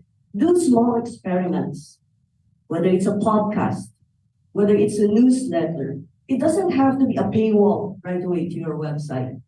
Why don't you go into partnerships, into branded content, which many of you are doing? So now advertising is starting to bounce back after the lockdowns. And still one lesson from the pandemic is that we have to diversify our revenue sources in order to survive.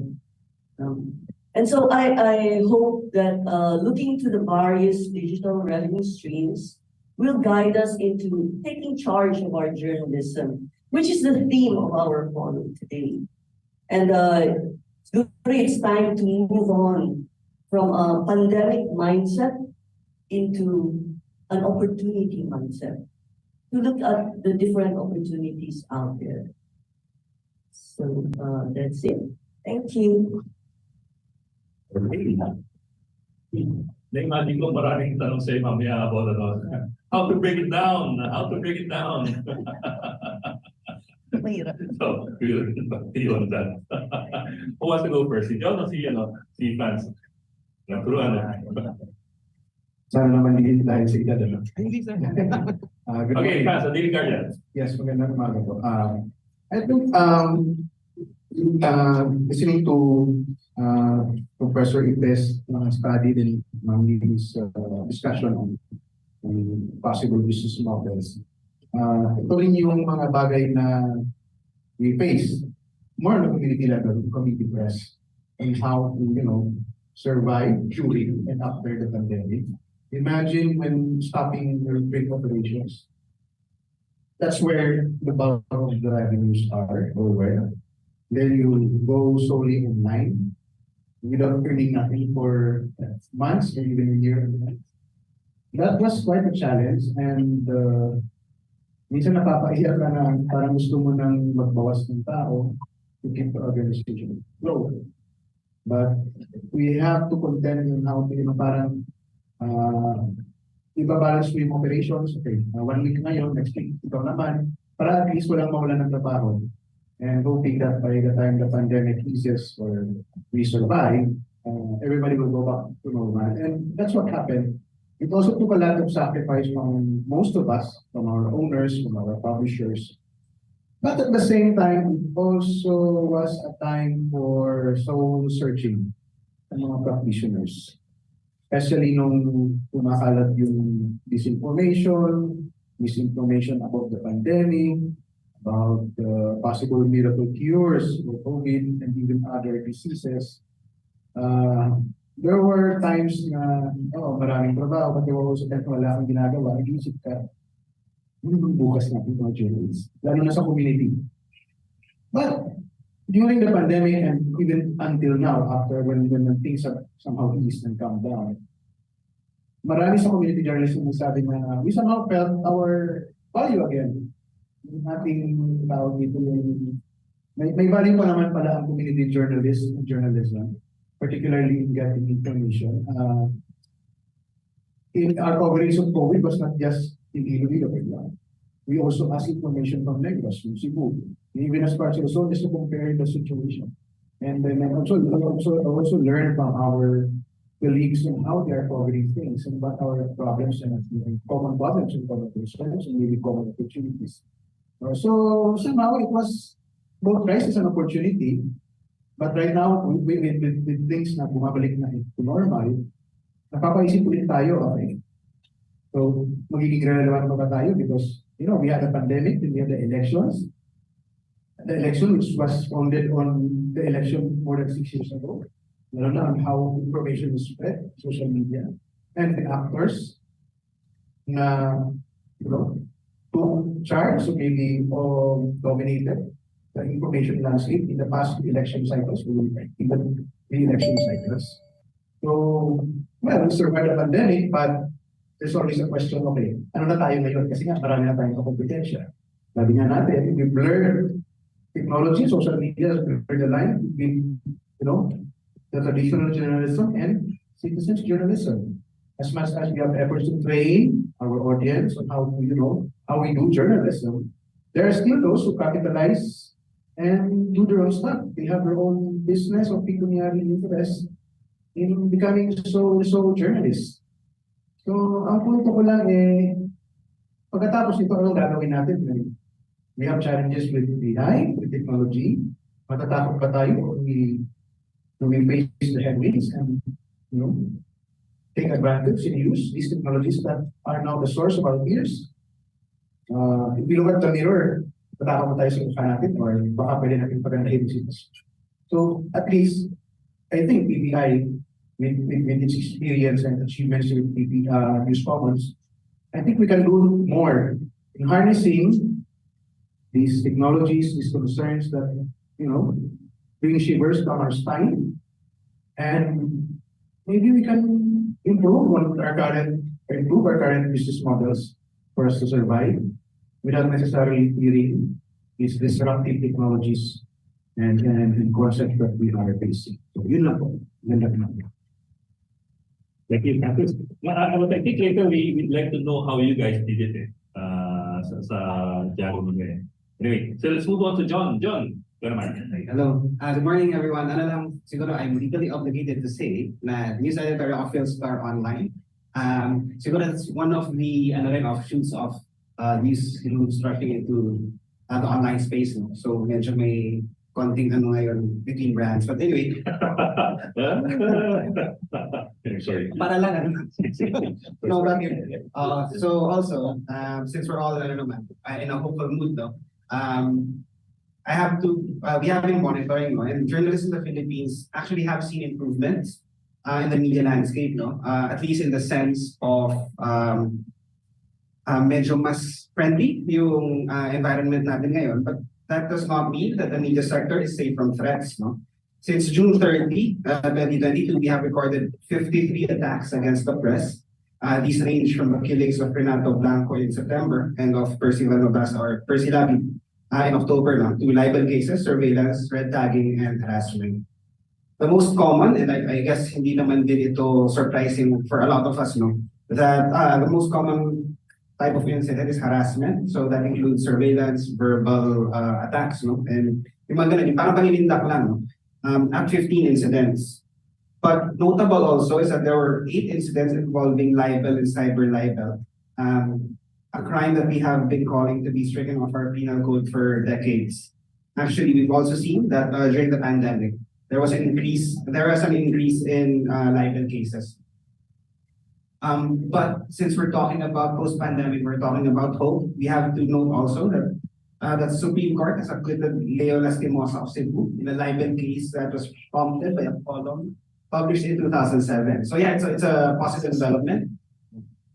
But the fact that it took 16 years from filing to acquittal speaks to the long and troublesome journey that journalists facing libel cases are on. Ano?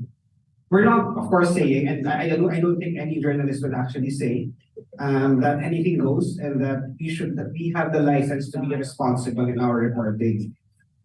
But we have also seen how even responsible reporting is no guarantee against libel complaints if the offended are determined to file them.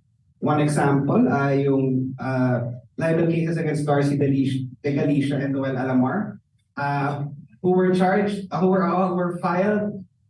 They were facing 900 plus counts of libel filed by the governor of Quezon. Unfortunately, those have been dismissed. Pero until I never filed. So supposedly they were dismissed and pero during the break, nakausap ko si Darcy and ang fear niya is baka maglabas ng warrant of arrest and baka ma-arrest na siya over the Christmas break. So, okay, ako hindi pala tapos yung problema niya. No? So, not as hopeful, I guess. Pero some shining is yung acquittal ni Maria Ressa and Rappler sa Court of Tax Appeals. Although there have been victories, no? The journalism community remains challenged. Hindi kasi Sir Frank, who is still appealing a libel conviction also. Buladlat is still fighting yung NTC order to block them, and they're saying na wala naman daw authority or wala rin basis on fact for the government to block access to their site. So that's still ongoing, and I heard na parang nag-inhibit na yung judge from it, so it's going to be a longer court battle. The Tacloban community journalist Friendship is still in detention. Meanwhile, Nino Oconer, a correspondent for Northern Dispatch, has been charged with rebellion alongside other activist development workers. And yun nga, medyo we tend to emphasize sa red tagging and medyo paulit-ulit na siya. But inulit-ulit natin siya because it really does happen a lot. And we've seen also how this type of labeling has moved from activists, as Ma'am Inday cited earlier, no? They start with attacks on activists and then eventually it goes to journalists and civil society, no? And itong red tagging accusation at one point were even aimed at the elected mayor of Baguio City. A recent Facebook post by a former official also tags the president's communications secretary and her husband. They're both former members of the press as potential communist supporters because of an old photo of them having drinks with journalists. So it's a very wide net, it's a very loose na parang very carelessly siya binabato, no? And there have also been attempts to deter coverage in the exercise of free speech. In Tacloban City, may protest against denial of access, no, to information from the police, IUC-IDG. Sa Camarines Norte, there were warnings against the Radyo Pilipinas broadcaster to tone down his posting of issues on Facebook. So I mentioned marami siya, but the point is, while it is true that the president has not made threats against the press and has said that the administration will respect and protect the media, in practices na to that we have seen in previous administrations continue to put journalists at risk. So what does that mean? Does this mean that we should stop? No. It means that while we have a tendency to look at these numbers as indicative of the press situation under a particular president. So we can say that there were fewer attacks under this administration, more attacks under a certain president, and actually correct yun, but it might be more helpful to see these incidents as part of a longer timeline of the media since 1986. Without being limited to 6-year periods, you might have a better picture that the need to protect each other and to assert our independence does not start and end when a president steps down and the new one comes into office. So, and with that, with this view, it might also help remind us that political fortunes ebb and flow, the powerful come and go, but the press and the media workers who keep it going will always, and should always be there. Yeah. Thank you very much. Okay, thank you, John Carlos. Sabi mo nga, appears on the surface to be a friendlier administration compared to the last 6 years. Kasi medyo extreme naman in the last 6 years. Eh. Yeah, So it kind of gives a veneer of normalcy. But it might just be a veneer because the attacks are still ongoing, as you're saying kanina. Anyway, I'll throw in a few questions. Tapos open mic to the floor for other questions from the participants. Can we start off with Felipe? Okay, your study dealt with the last 3 years of the pandemic, how things changed and how it affected reporters, then I suppose also editors in the way news is gathered and the news is delivered. But moving away from the pandemic, going back to the normal, ano nagbago in the way, I suppose in the way we approach our sources, in the way our sources approach us. Kasi ngayon, napuso, for example, ng Zoom interviews. And it seems that in a lot of ways, hindi nagbago yun. Marami pa rin mga sources who still want to go on Zoom interviews na lang instead of face-to-face. So meron that has pros and cons, di ba? There are good things about that. There are bad things about that as well. Kasi madali kang i-mute. So may mga ganun eh. Yes, there have been, we are back to the new normal. We are back to normal, but it is an entirely new normal in many ways. From your perception, ano yung mga nagbago in the way that reporters now have to deal with sources, collect news, go on coverage, and deliver the news? Yun nga, napansin namin mas naging open yung mga journalists in gathering information online. Not that hindi natin ginagawa to before, but and the way we interact with sources, acceptable na yung mga DMs and Viber messages more so. And I think and this is where we need to establish best practices and standards. I think we need to update our codes of ethics in this regard. So what is In what sense? For example? Mamaya kasi yung pausap natin sa DM, hindi naman pala yun. Di ba? So Lang pala. so I think we need to establish reliability of that source on their social media account. That's a good point. Mamaya kinakuha po yung assistant pala. Correct. Kasi I'm sure many VIPs, hindi naman nila hawak yung phones nila. There are many, of course, I don't think you should be doing that unless you know that this official is the one really answering the messages. So, crowdsourcing, so nakita namin merong naghahanap ng storya sa social media from comments of ordinary people to the stories. So, and may mga instances na they were able to get good case studies doon sa mga crowdsourced comments. Isang observation ko lang sa perception ng news coverage that I think many of our journalists and even mga students, akala nila yung pag-cover ng Zoom and press conferences, yun na yung journalism. So we need to disabuse their minds na, teka muna, that's everyone's story. Yeah. Actually, we can just carry the live stream. Yeah. And we don't even have to write about it. So I think we have to emphasize that true journalism is when you get your own stories, get your own sources, follow the paper trail, etc. Find your big scoop. Mahirap yun, syempre. But we need to do that. Otherwise, we will not offer anything new. Yeah. Wala tayong nabenta sa digital space. That's a very good point. And a lot of reporters have to move away from that. Yes. Yung relying on the press conference. Kasi I think many reporters were compensating for lack of exclusives. Yeah.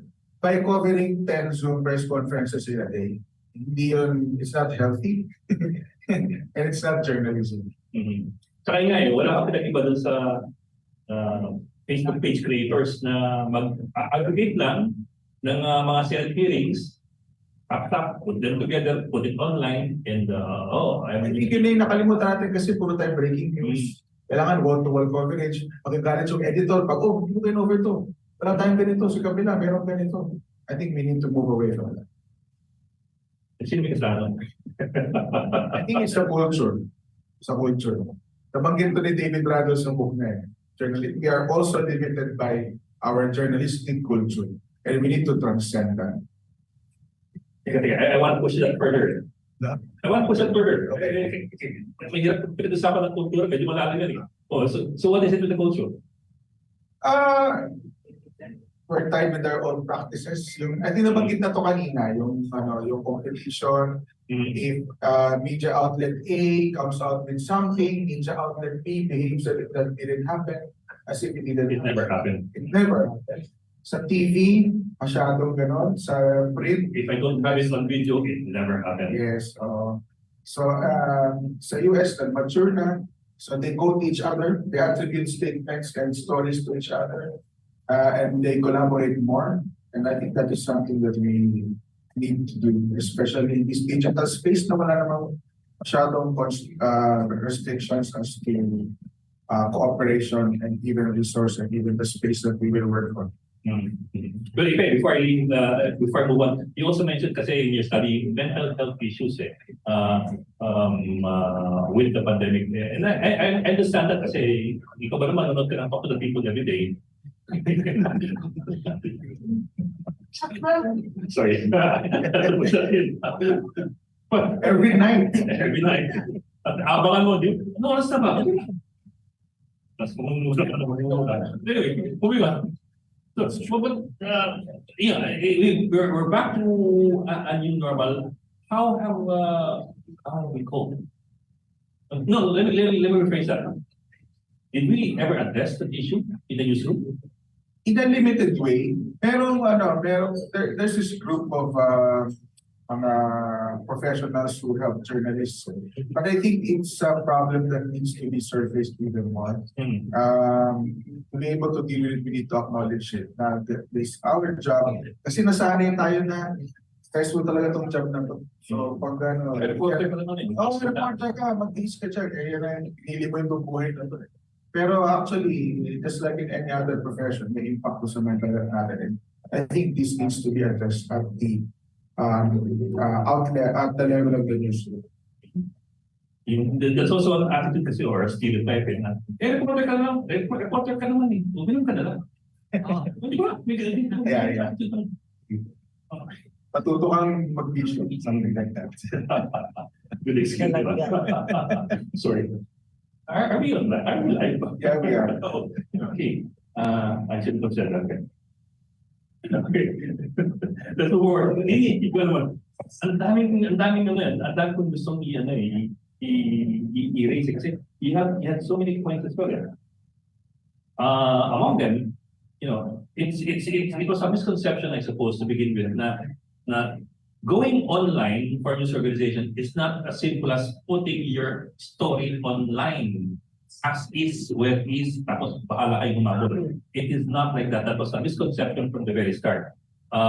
Going online for a news organization means, among other things, oftentimes, you're writing your story, reformatting your format, and redefining when you put it online, you put it on air. Diba? It's an entirely different world altogether. And you're not only talking about your news site, you're also talking about the other elements like social media, how you push on social media, and so on down the line.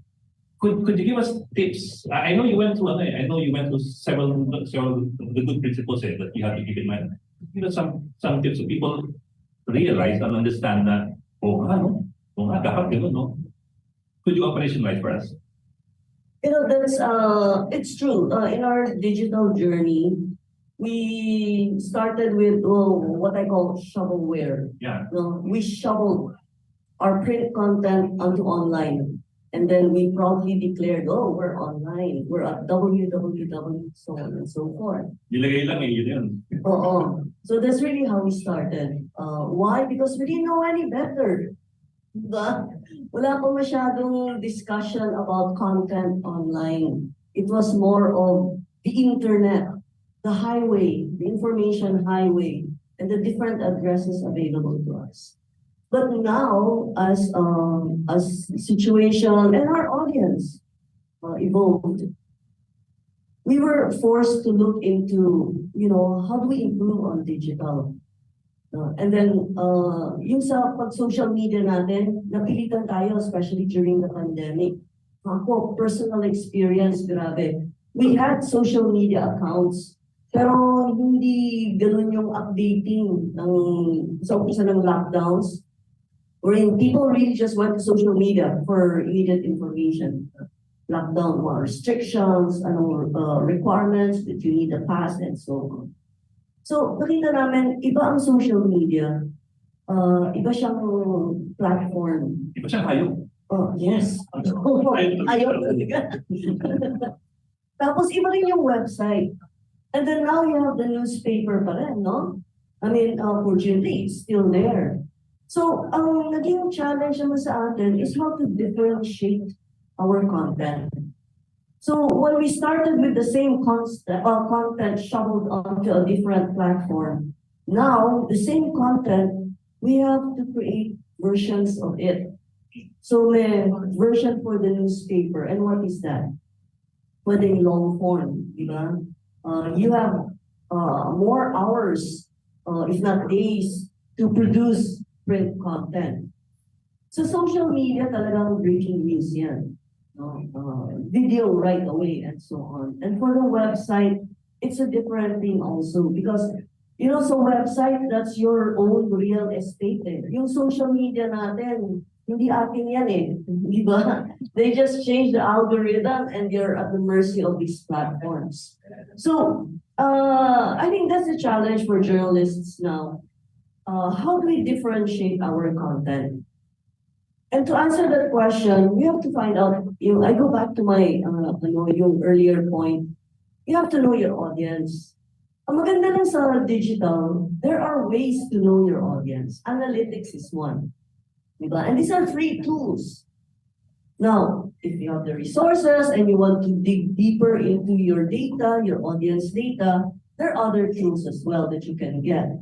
If you want to look about engagement, retention, and so on. Pero later na yan, umpisa na lang natin sa Google Analytics. So there are ways of finding out.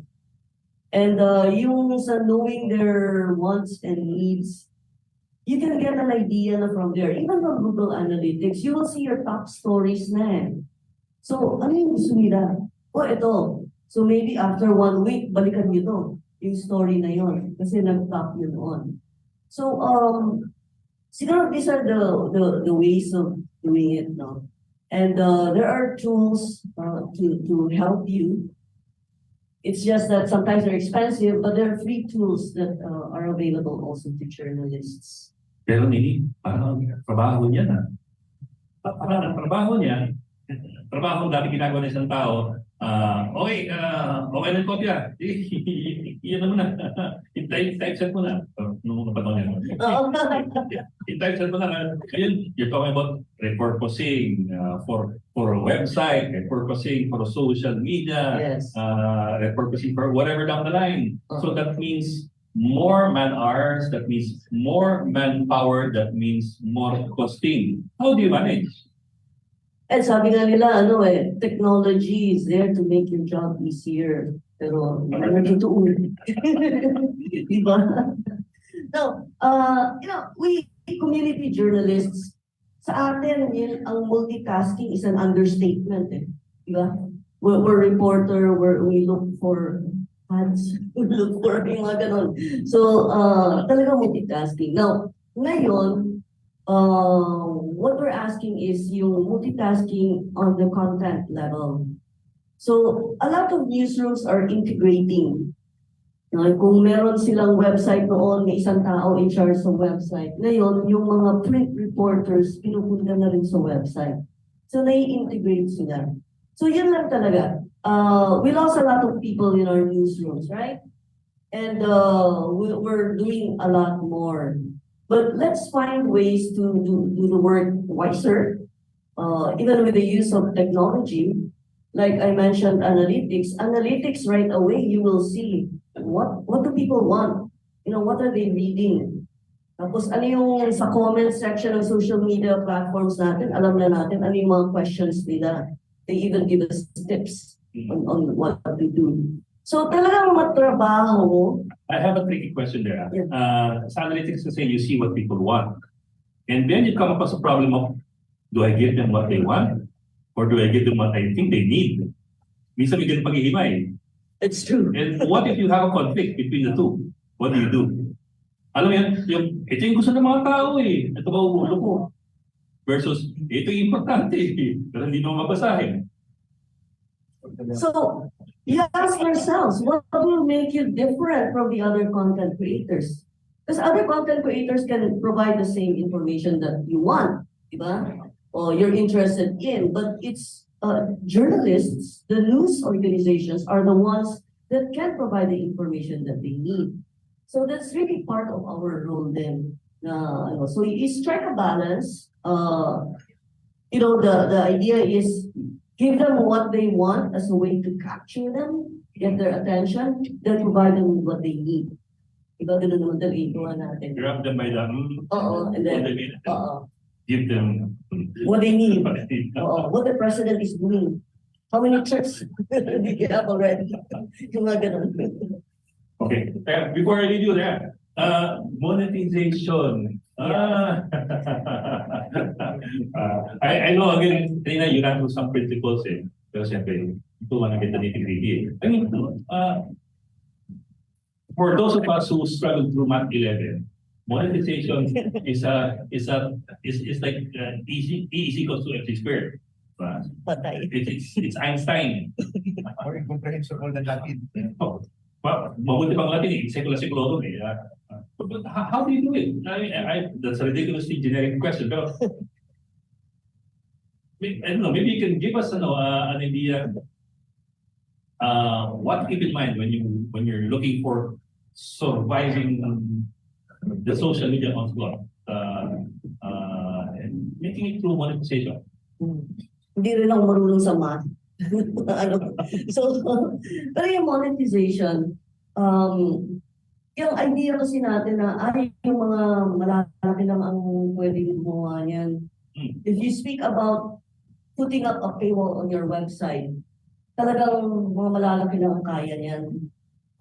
Diba, sino ba nag-umpisa yung New York Times and so on, Wall Street Journal, talagang that's meant for the big players, not for us.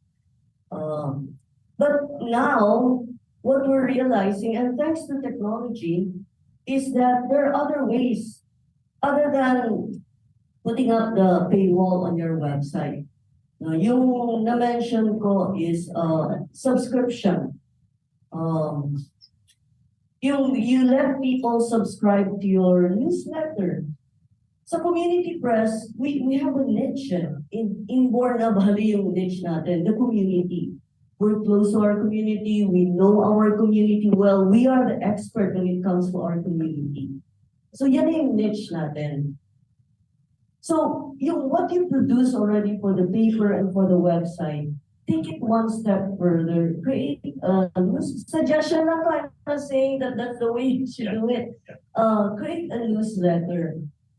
And again, there's a tool for that, MailChimp.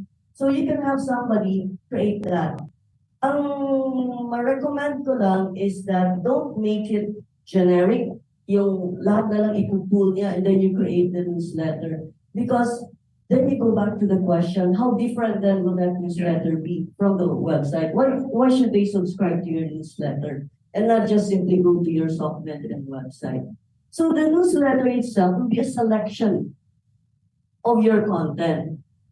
So in a way, parang siyang premium, and the premium there is your editorial judgment. No, kasi ikaw pumili ng stories na to because you think that your audience or you, a potential subscriber, will be interested in that. So you can charge for subscription to a newsletter, pero again, it might not be wise to start charging right away. You have to build, sa digital economy kasi, you have to build the base to be able to start earning. So give it out for free. Let people know about it. And then siguro you can start getting advertisements to your newsletter. Again, that's another output, diba? Advertising sa newsletter. So that's one thing that community newspapers can do. Now, I'm speaking not even only from the Philippine experience, though. Kasi what if kasi sa aming Africa, laki-laki ng region ng Africa, ang daming mga small publications din sa Africa. And in Africa, ang baba na kanilang internet penetration rate. Ours is in the 70s, 70%, 78 na ata percent of the population that access the internet. Sa Africa, what, 20%, less than 20%. So mas maliit talaga ang ano. And that's what they're trying to do now. Newsletters is one. Another, and it's cheap naman to produce, is podcasts. So that's another option for the community press. You can just start off by airing interviews and so on. So that's a first step, no? Then you get your presence there. And then again, build on that audience. Because let me just repeat it, you need volume kasi to be able to have a following. Tapos nandoon na ang revenue potential once you have that base. Okay. Daming ang gagawin. After this round, let's throw the mic to the floor for questions. Okay, that's it. Go on. Kanina, you were talking about the difficulties during the pandemic. Let's go back and then let's move forward from there. But let's go back first. Community press, how difficult was it? I know when I was editorial servant 2 years back, dami nagsara daming mga nag-downsize. Sabi nga ni parang media exchange level events ang nangyari. It's a good thing we survived it. How did you guys survive it? So, in our experience po the editorial team was somehow it's very skeleton yung aming setup. But we were more concerned about the other operations sa production, the guys who run the machine, the distribution guys, because they are the ones who like doing their job at the time. But editorial, tuloy-tuloy lang kami, but we had to repurpose the other guys para may trabaho din sila. And I believe the management had to subsidize for several months since it was a problem. It's a good thing that 2 years before the pandemic, we started improving our digital operations. Okay. We improved So we had a head start. Yeah, we improved the website. It's more, parang yung mas matalisan aside sa mobile devices. Because of the issues of, connectivity, the quality of connectivity. The Philippines doesn't have a problem with penetration. It's the quality of, in some areas. Maganda ba yung data doon, yung 5G ba talaga doon, o 4G, o baka lang. So, kailangan ang design ng website mo is yung, mobile readable din siya. Para hindi siya mabigat. Actually, there's another thing.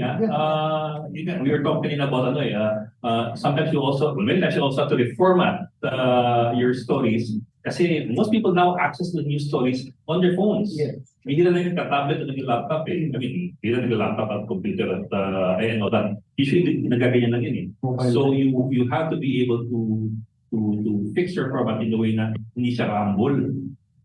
So ibang usapan. Sorry. So yun, talagang the management decided to, kahit pa mag-subsidize tayo, tuloy natin to. Nobody should get fired. And nobody should lose a job if ever we emerge from this. Intact pa rin yung team. But the good thing that we learned from what happened is that, the suggestion is to be that you have to explore beyond what the written reports. We also went into podcasting, kahit online interviews on mental health, hindi lang general news, mental health, because mental health was really an issue. Lahat naman tayo, wala naman siguro absolutely local people. We all have issues with our minds. Lalo na dito, sarap na to. Yeah, wala. Wala na ako. And, beyond COVID, not just the disease, but the impact of the disease on the business.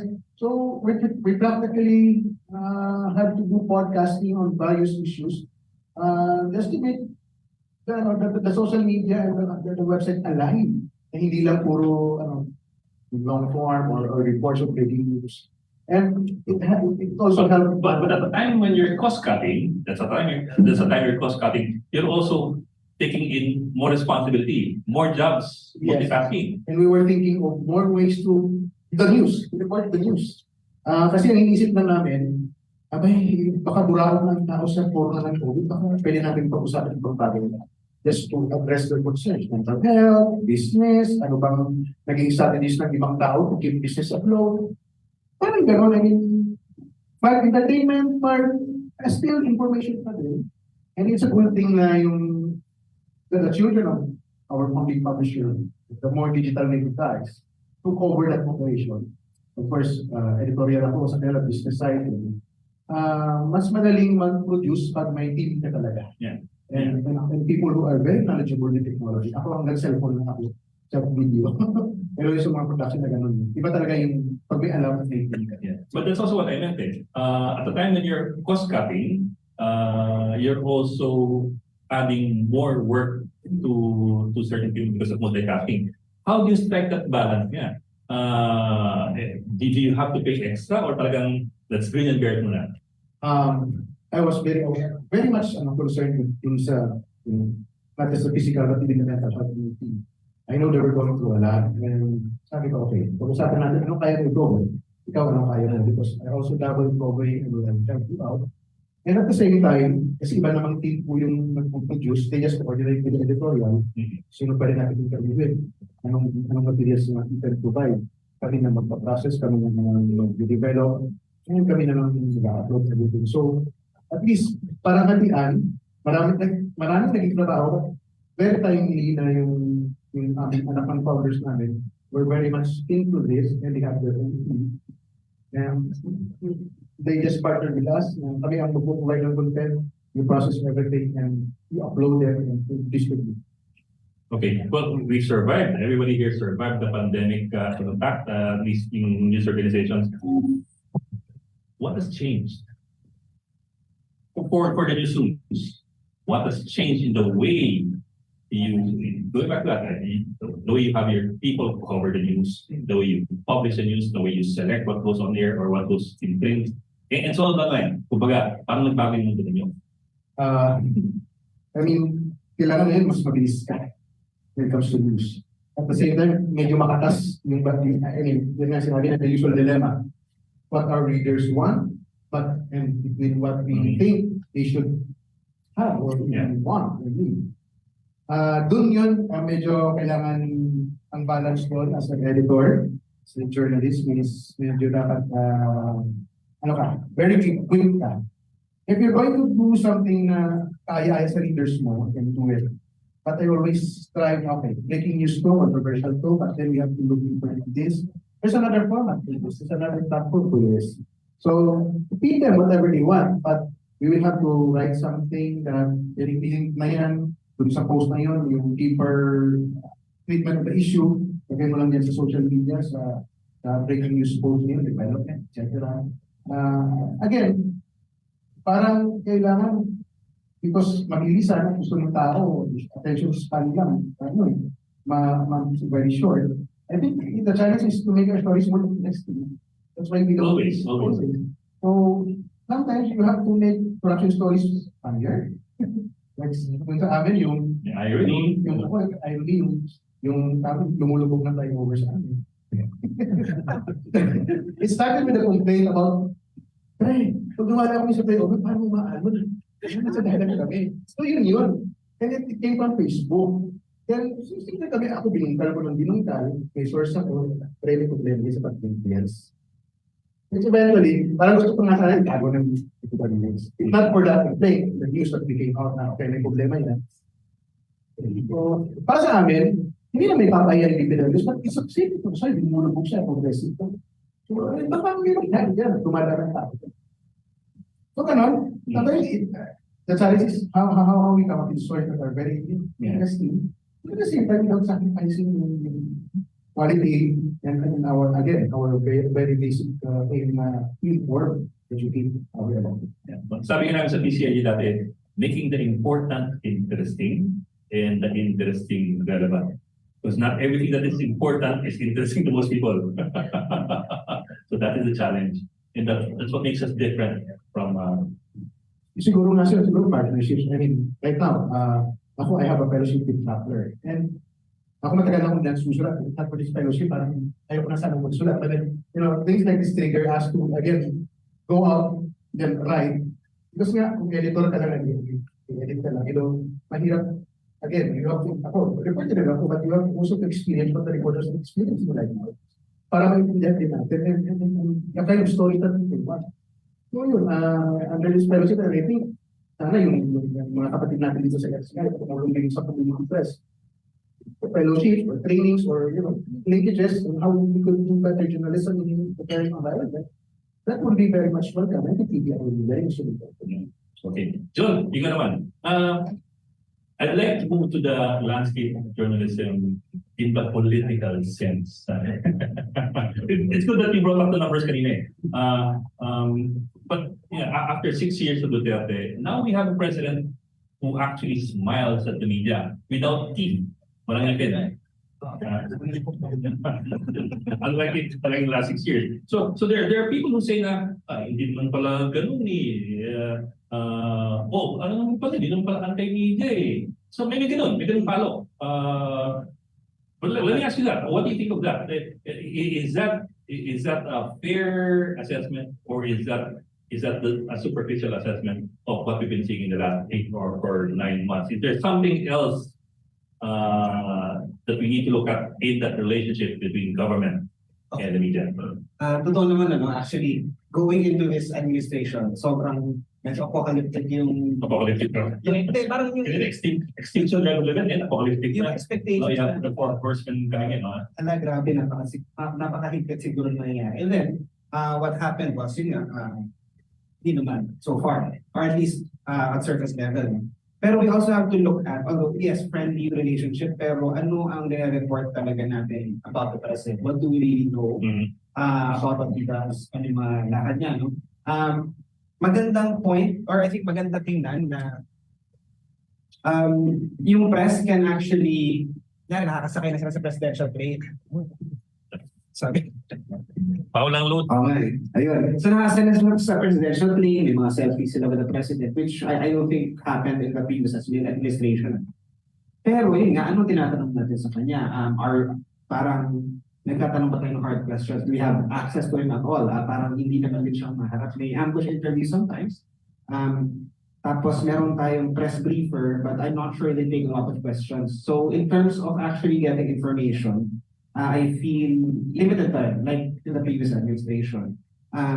Tapos, marami sa atin kasi wait and see, parang mangyayari, no? Lalo na since the new appointees will come in after the election ban. So hindi pa natin alam talaga yung forma ng gobyerno na to, kung ano yung policies actually. So, but yun din, yung tactics that were available during the administration, yung cases against Rapper, for example, yung franchise issue against ABS-CBN, nandiyan na yun, nasa arsenal na siya. So it's really a matter of whether they will use it or not.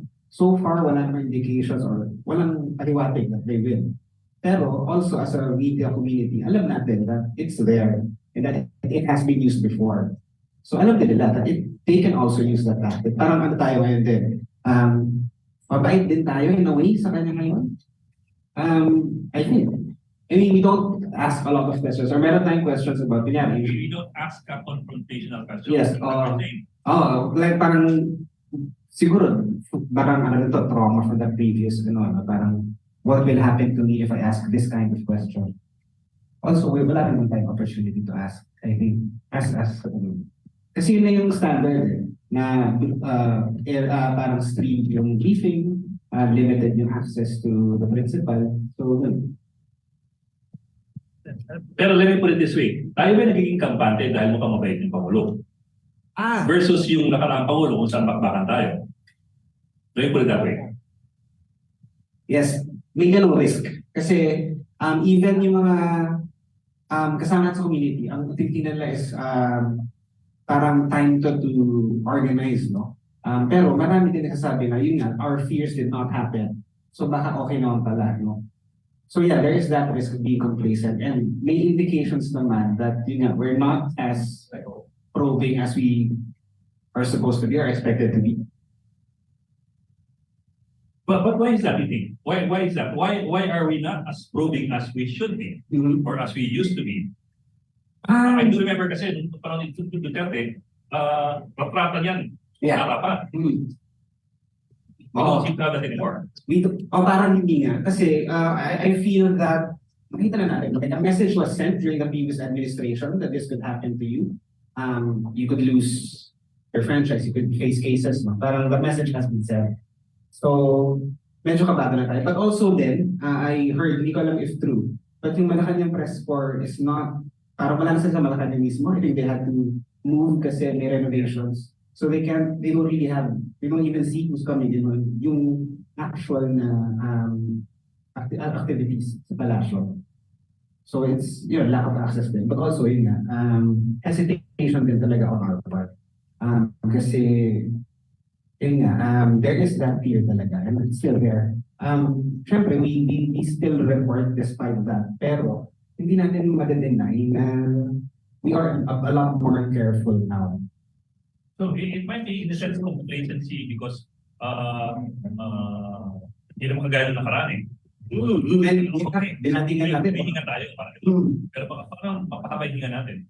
Yun din ang danger na parang pag biglang may nagbago yung sitwasyon, hindi na naman tayo handa. Kasi, if you remember, nung papasok itong administration na to, there was parang a flurry of parang nag-usap-usap yung media, what will we do, and then, since hindi na nangyari yun, even yung usap on that level, medyo nag-wane na rin yung interaction na gano'n. Let me throw that question to the entire panel.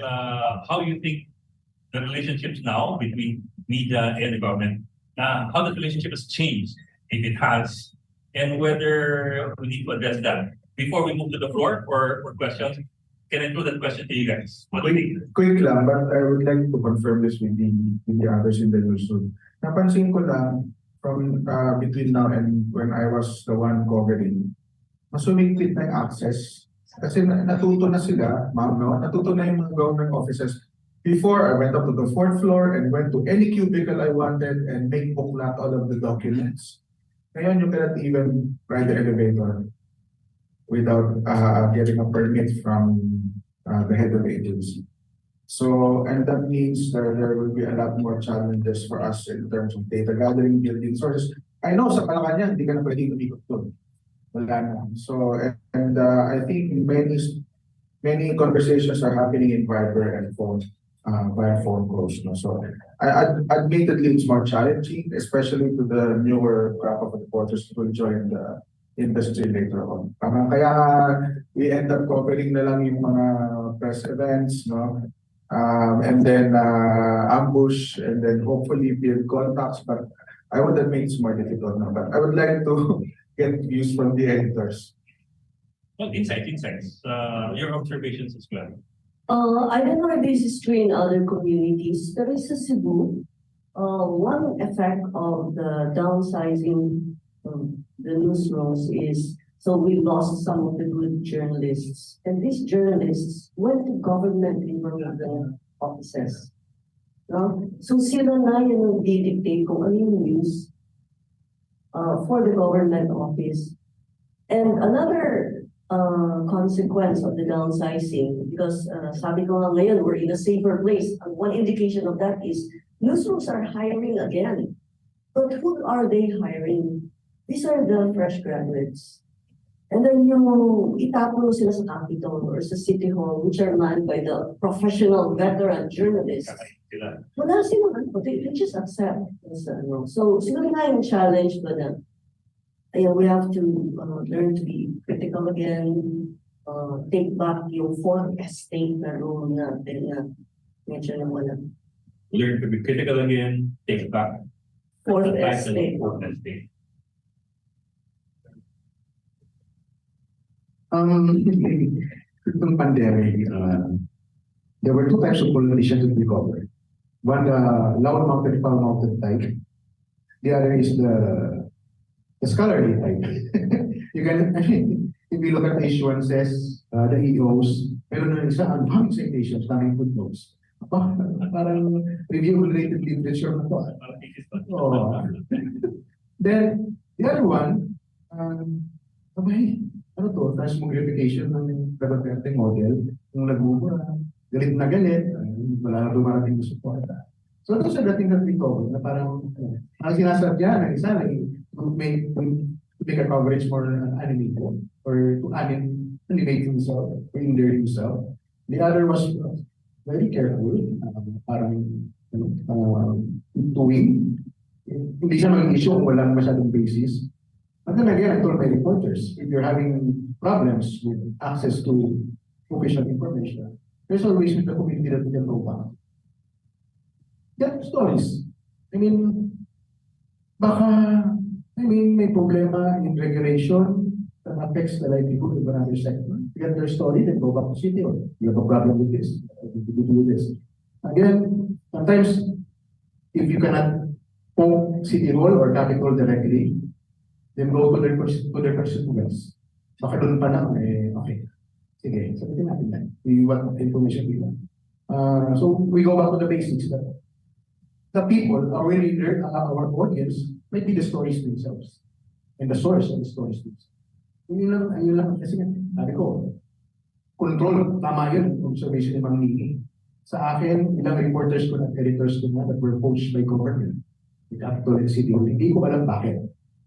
Na tuwing pag may nade-develop ng tao, pwede gagawin mo ng editor or medyo magaling siyang reporter, bigla na lang may offer kay City Hall, sa PPI o sa Capital.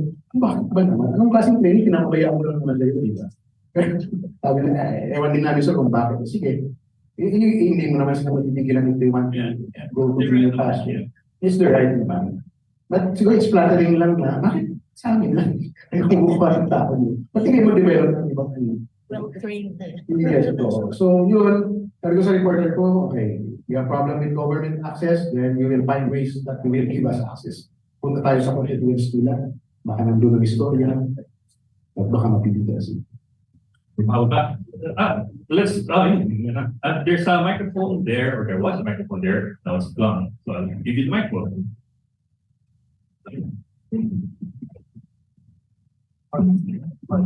So I'm Dottie. I'm a real doctor. I'm not from the media, but my friend here is Ariel. Hello. So I just want to share during the pandemic, we had similar experiences. We had the same problem with the health sector and even with media.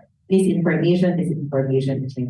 And all the time during the time, I was at the forefront of educating people when it comes to vaccination, health information. Kahit na alam mo expert ka, mas gusto nilang maniwala sa hindi health expert, sa mga doktor. Di ba? Parang nakaka-frustrate. Tapos people at mga kasama ko sila, will always have, bakit mas may engagement pa hindi doktor at mas maniniwala sila sa hindi doktor kaysa sa doktor, hindi sa expert. Di ba? Kailangan din ba natin mag-short-shorts at saka mag-chew para may engagement, tapos makinig sila, di ba? Pero, come to think of it, really, although we have to reach out to all kinds of people, as the media, as the health, gawin natin lahat para ma-engage sila. The real problem is our educational system. Diba? We should, as the media, as the health people, as the real experts, should have a stake at our children's education. Mahirap na turuan ng Nutrix ang old dog, tama po ba? Diba? Kahit na ano ituro natin siya na this is the right media. If the basic education of the children ay may problema. Ang hirap-hirap na po talagang itama. In a society that applauds human rights abuses, lalo na ng election very glaring, that applauds human rights abuses, martial law, na ang media pa nagsasalita, kinukulong kasi masyadong padaldal at may reklamo. There is something wrong with our educational system. And I think yun nga like sinasabi sa mga people from DOH, from the health na, we should have more say at what department of education is teaching our children. Masyado natin hinahanap yung blame, bakit lang tayo, bakit kailangan mag-sell tayo, mag-prank, para lang mag-engage ang ating mga people. When basically, the type of media that our people is watching is a reflection of their education and their values. At doon pala alam natin, miseducated ang ating mga kababayan. Yeah, that's why they like more Tony Power kaysa sa rapper. Alam mo, mas marami pang engagement yung nagpapasex sila. Kaya sila sa atin, di ba? Mas marami pang followers kung isa na nagjo-joke versus sa page ng Vatican or ni Pope. Di ba? It is the reality. And it's just a reflection of the way things are, the values of our people. So I think tayo, dapat bilang taxpayer, bilang alam natin na where we are coming from, we should talagang watch out, tiktikin natin Department of Education. This is what our children should be taught. Hindi tayo nagme-memorize kaya namatay si Magellan, kaya dumating si Lapu-Lapu. We should teach our children critical thinking, human rights, and everything else that is right in this world. And I think dapat doon tayo mag-focus talaga on education. Dapat talaga, we should focus on that. parang lagi tayong maling approach, iisipin natin yung sarili natin. Siguro kulang tayo sa ganito, kulang tayo sa ganito. But actually, it comes from years and years of miseducating the children. Thank you. Well, I don't think anybody can argue against.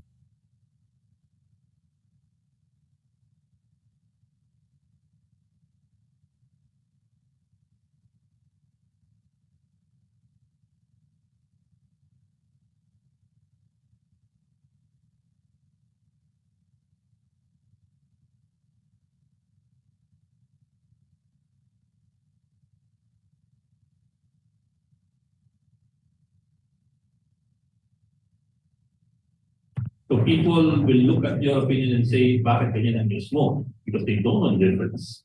And vice versa. But have we addressed that? Enough.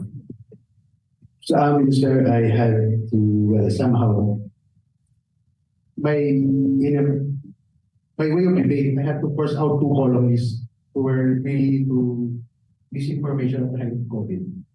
They were just like citing yung mga sinasay sa Amerika ng mga anti-vaxxers. Pero pinapasa sa kanya tapos ginagawa ng COVID. So ang ginawa ko, sir, teka, bago kayo publish to, itong point na to, anong proof mo aside from your source? Have you verified this? I mean, this is your opinion that you're citing an information. So, it's your responsibility to, find more verification or proof that will back this. So, I had to let go of people. Kasi sila na rin, okay, hindi mo rin naman tanggap, hindi mo protest mo, hindi na ako susulat. Okay, sir, yun lang akin lang naman is prove your point with more than what ang pinapasa sa iyo. Na you're trying to spoon feed our readers. Kasi it all goes back to me. At the end of the day, the buck stops with me. Because I'm the gatekeeper, I allow it to be published. And sasabihin, misinformation naman kayo eh. Paano ba naman yung mga dahon-dahon na yung walang makakagamot na COVID viral yun. So parang sabi ko, meron naman isang tumalima. Sabi ko, you can express your opinion, but don't tell people na vaccines are bad because there are a lot of vaccines that were very good. For example, polio, how many years till because of the geopolitical situation of Afghanistan and maybe Pakistan, na hindi makapasok yung mga health workers or even the religious belief that people don't believe in vaccination. You don't make a sweeping statement that vaccines are bad just because you fear that COVID vaccines will turn you into an alien or a zombie. So again, meron namang, pag kinausap mo sila, okay naman sila. Meron talagang because of their conviction, they're willing to part ways para tuloy lang yung ginagawa nila. So, masakit yun kasi iba yung kaibigan ko. But in the end, it's your job, it's your responsibility, and it's your right. Yeah, and accountability. At the end of the day, I'll be the one defending the people. Or we move on to the next question. Yung sa point lang ni Dr. Keenan, I agree, one lesson yan we have to strengthen our health education. But on the part of the journalists, ito na-realize ko during the pandemic, whenever we have or invited to mga health reporting trainings, yung gano'n, sino pinapadala natin before the pandemic? Yung mga bata, the new reporters, a chance for them to get out of the newsroom, take a break. So yun pinapadala natin. Now we realize, dapat pala editors yung pinadala natin, para malaman yung about yung health issues. So I think, yes, it's true. Education is necessary, especially on health, for our COVID experience. But it's also kasi, I suppose, a practical issue, di ba? As editors, you will have to look for a reporter na in a way, respectable at the moment. Kumbaga, magtitimbang ka kaya bang pakawalan itong importanteng editor? Before the pandemic, for example. May mga ganun na, what I'm saying is that it's not really as easy as that kasi what we're doing now is parang quarterbacking na lang because it's dumating ng pandemic. Ganun panahon yun, I'm sure it wouldn't have been that easy to send an editor to training programs. Which of course we do want, except that may practical realities siya. Any more? Next question tayo?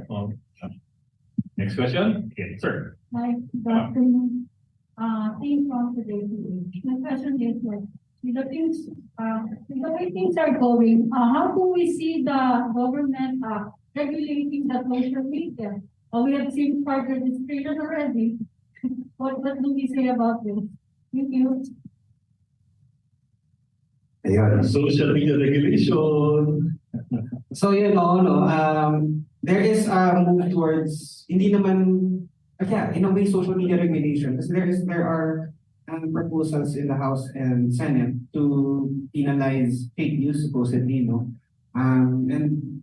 it speaks also to a trend in the region of governments using yung fear kunyari of fake news, fear of misinformation na these are valid issues naman pero there is a tendency to use legislation to na based on that na parang yun yung premise that will end up regulating free speech, regulating yung basically dissent or criticism of government. We've seen this happen in Thailand, Myanmar. So pwedeng doon tayo pumunta. Although syempre, sabi ng proponents of this is where we want people to be responsible on social media. Pero hindi kasi mahirap kasi kung government agency ang magtatakda na this is the responsible use of it. This is the ito yung tama, ito yung mali. No? So it's a tendency that we have to watch out for and we have to push back against kung kailangan. Any more? I mean, Ang hirap kasi sa akin lang, mahirap yung platform regulation kasi where do we start and where do we end? and who is the big brother who Who will decides? make the definitions? Mm. But I think these platforms are making tons of money, and but maybe what we should do is to keep on pressuring them to, put up advisory or oversight boards na they have real resources and real prerogatives, working appeals processes, na hindi lang isang tao yung nag-decide at saka hindi robot yung nag-decide. Hopefully people will trust the process and magbago yung perception natin sa technology platforms. It's very easy to blame them, no? Kasi feeling natin sila ang solusyon, but I think hindi yun ang comprehensive solution. We have to start in a more holistic approach rather than just blame the tech platforms. Yung point kanina sa education, I think we have family members here. And of course, may media and information literacy sa senior high school. And I think the view there is that too late na yung MIL sa senior high school. Dapat agahan siya or better yet integrate sa iba't ibang courses or subjects sa different grade levels. Precisely to teach what you were asking, like what's the difference between news and opinion, where to look for news. Fortunately, DepEd is reviewing the curriculum right now, and I think they're seeking opinions from the interested parties. So I think this is the opportunity to, to give our views on how the curriculum can be changed so we can precisely correct these things. Actually, baka pati mga senior citizens kailangan ng media literacy. Marami mga seniors share ng fake news because they're not tech savvy. They can't tell the difference between fake and but to the point rin na yung SIM card yung sige, let's move on to the next question.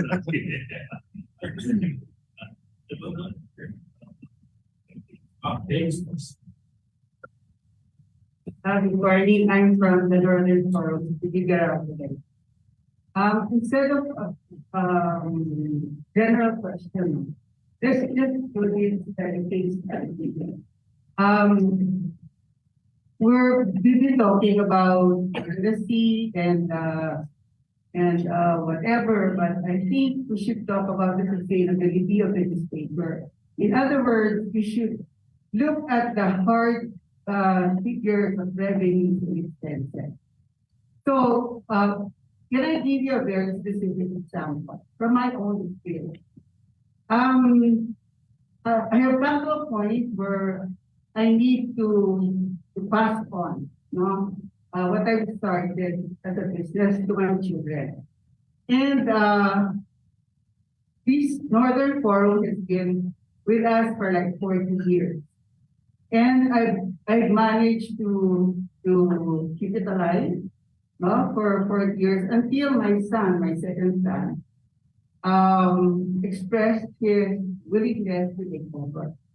So my son is a millennial, no?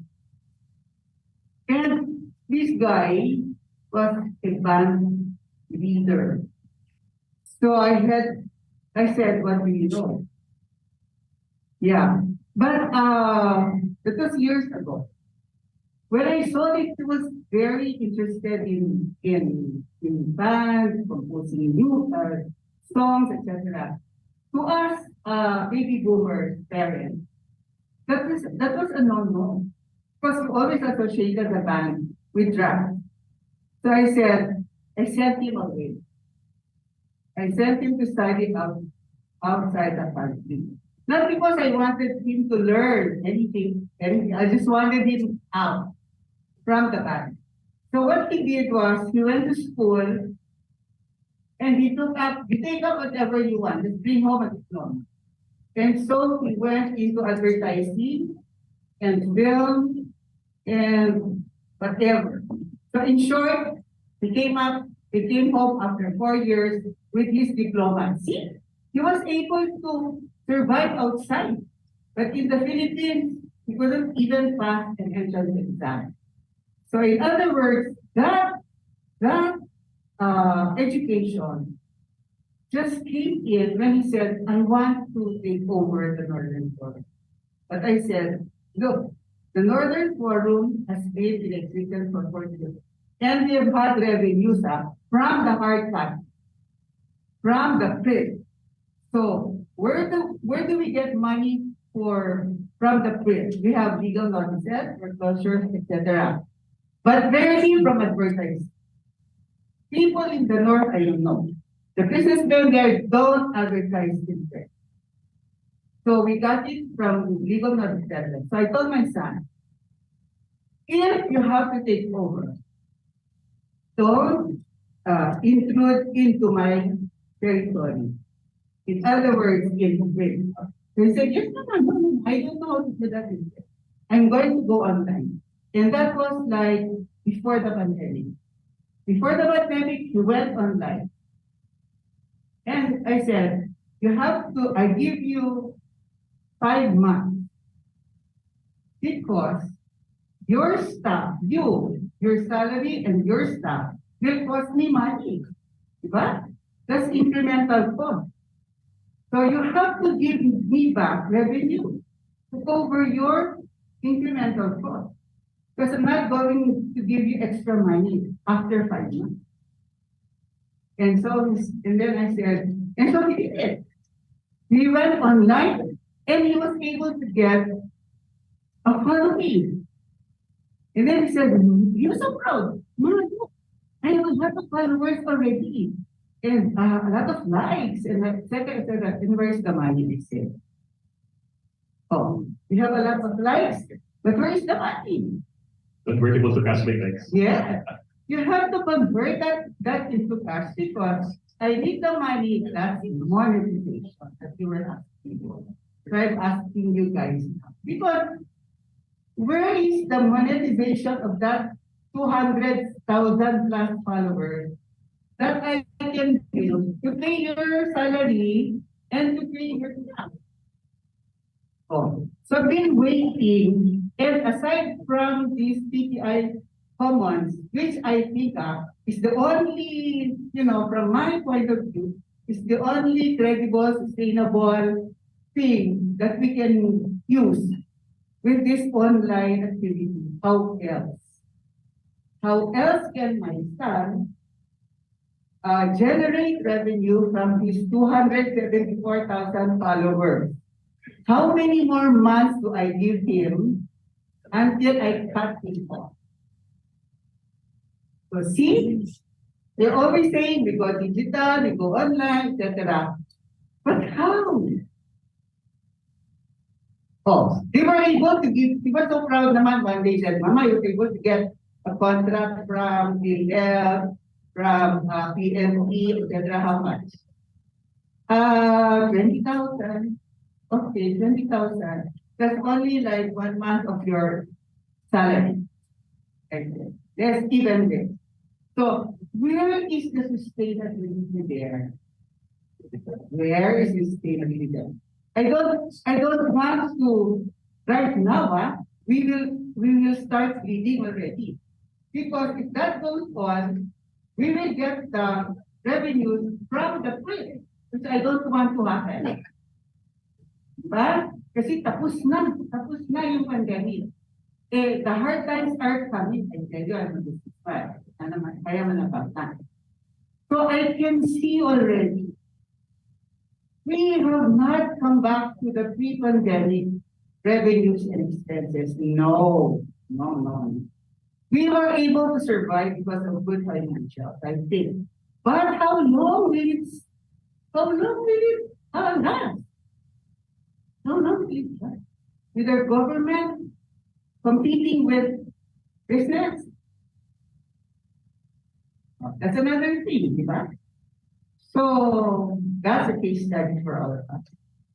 I just want to know how to survive and monetize these days aside from PPI. Thank you. Okay, thank you. No, Nini, kailangan ata magpa-seminar. Yes, so yung sa Women in News po, we hold our seminars. In fact, we've done 2 seminars already in the Philippines. So sa next one, anyway, of course, it through Ariel para ma-announce natin, and then please send us your participants. Yeah, I'd gladly attend. Yeah, simple. I'll keep that in mind. Okay, I'm checking your Facebook account. It's the Northern Forum Cagayan Valley, right? You have 233,000 likes and 257,000 followers. That's not a joke. That's something already. That's quarter of a million. That's why I was expecting something already. Oh. That's 200,000. And I notice you have varied content, no? You have iba-ibang klaseng content. And updates are regular. The last post was 9 minutes ago. So it's really active. And that's important in a digital product. Yung ginawa ng Sanyo po na nag-partner siya with PhilHealth, I also saw it here. That's one way of earning money. But don't limit, please tell him na lang na don't limit yourself to government offices. You already have a following. Ibenta nyo yan to potential advertisers. Yung tinatawag nating branded content. So whether it's a press release or video. Oh, another thing. I saw one video only. So please encourage him to do more videos. Kasi on Facebook, one revenue stream available is yung mga in-stream ads. So video ads before, during, and after. So talagang it's a way for him to earn. So do more video. And then I highly recommend, not only to you, but to the rest of the participants here, you study Facebook's yung monetization policy. Kasi may different streams available. One is yung fund subscription. When we're in, kasi with 250,000 followers, may fans na kayo eh. So you just add the button there for fun. So Rappler does that. May fan subscription. Once they subscribe, it's a way for them to pay you for that. So, pag-aralan lang talaga. That's talagang yung number 1 ko kanina. Understand the medium, the platform, and know the opportunities there. And Facebook pays naman advertising, diba? Sa fan subscription, so on. The other platforms wala masyado. Yeah, speaking about video, yes ma'am. I think they saw that opportunity, but they had to ask me again for capital because they needed video. No. Yeah, I think they asked you for like. All you need is a phone. Cellphone lang sa kapatid ng microphone. Cellphone na lang po. Pero kailangan nila. Maganda. Look at our videos. Okay. Ganito. Ganito po. You start low lang muna. Use the phone. Tapos once they start generating revenue na, then you can create a studio wherein you need camera, lights, and We have a equipment. Nauna tuloy yun. This practice. Yeah, sorry. Ma'am, I think we're running out of time. Ma'am, will you ask help from the Rappler naman for the monetization of the Facebook, whatever. Ma'am, thank you very much. Thank you. We need after the award program.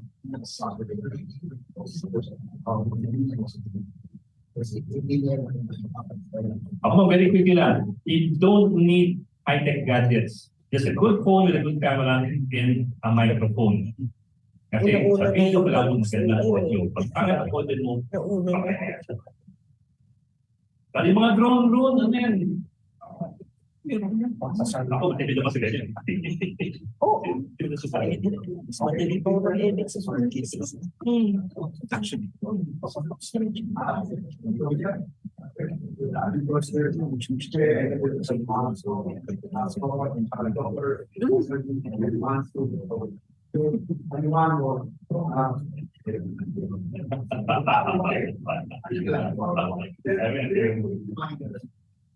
We have, I said, we have a great area, by 11, all of us will be having lunch. This will be shot out from all of you. Prepare for it. Okay, so. Mark,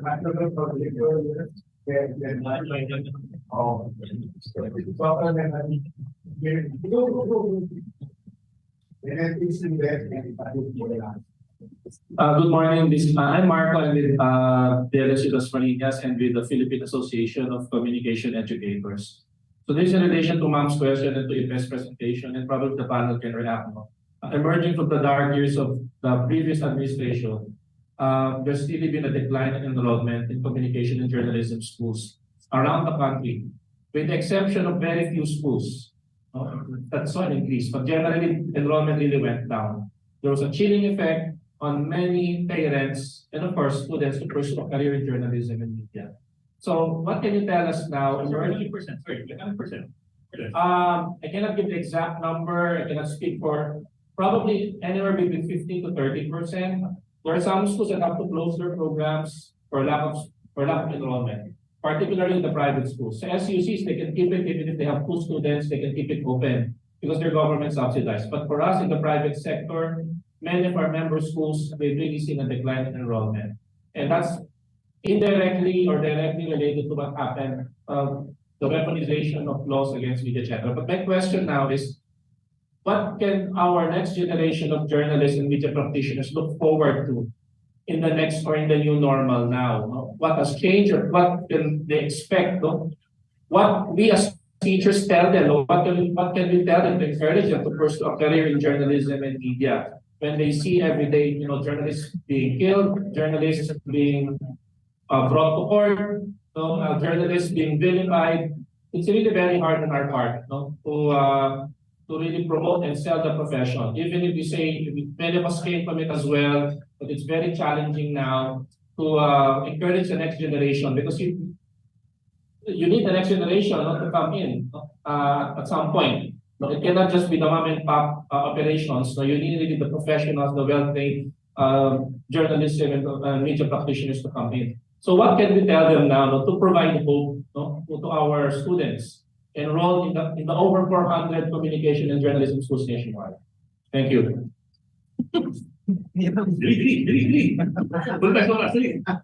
Actually, sir, ako political science and hindi pa ako nakaka-graduate. I'm still doing my thesis after 20 years naman.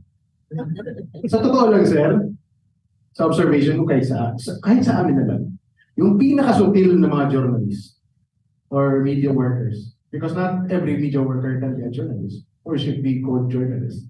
Yun pa yung nag-aaral ng journalism o mass communication o mass media. Hindi ko alam kung bakit. But the more passionate ones are those who did not even go to journalism school. They have a different background, but they just want to be journalists because they appreciate the work. I think, kung problema natin ng enrollment at baka mawalan tayo ng manpower sa Philippine journalism, I think our media information literacy can go a long way. Lalo na dun sa mga, not necessarily sa college, but high school. Yung mga bata. I mean, to the credit of these young guys, they're more interested right now in our work kaysa na generation namin o yung sumunod sa akin. Yung mga apo ko, may apo na po ako. At yung mga pamangkin ko, tito, lolo, may mga apo na po. Ano kayo trabaho niyo? Ba't kayo pinapatay? Ganito lang naman yan, ganyan. Pero hindi naman lahat kami pinapatay o nililipo. Buhay pa naman kami dito sa amin at saka nagtatrabaho kami. So I think, kung problema po natin yun, I think it's not a problem anymore. Siguro, maybe from the business perspective, sa private school problema. Pero kung tayong mga ngayon, tuloy-tuloy natin yung media information literacy, or tayo sa high school, sa senior high, kasi nga, diyan magagaling yung mga enrollees. Baka at least partly, masolusyonan yung problema ng schools. At the same time, we keep the flame, the proverbial fire in the belly burning. At least from the point of view of journalism. Again po, I would appreciate kung medyo may doktor na gusto maging journalist, engineer na gusto maging journalist, kasi niche yan eh. So kanya-kanyang, they can explain things better from their own perspective. But of course, I think, even journalism schools, if they examine your curriculum right now, in consideration sa current environment and current Philippine experience. Maybe we can still use Western thought on mass communication or media, but I think we should give more focus on what the Philippines has experienced in the past 30 years since we regained democracy after martial law. Pag-aralan po natin yan, that I think we should teach that to our future journalists, gano'n man sila karami o kapunti. Yan lang po. Okay, thank you, Francis.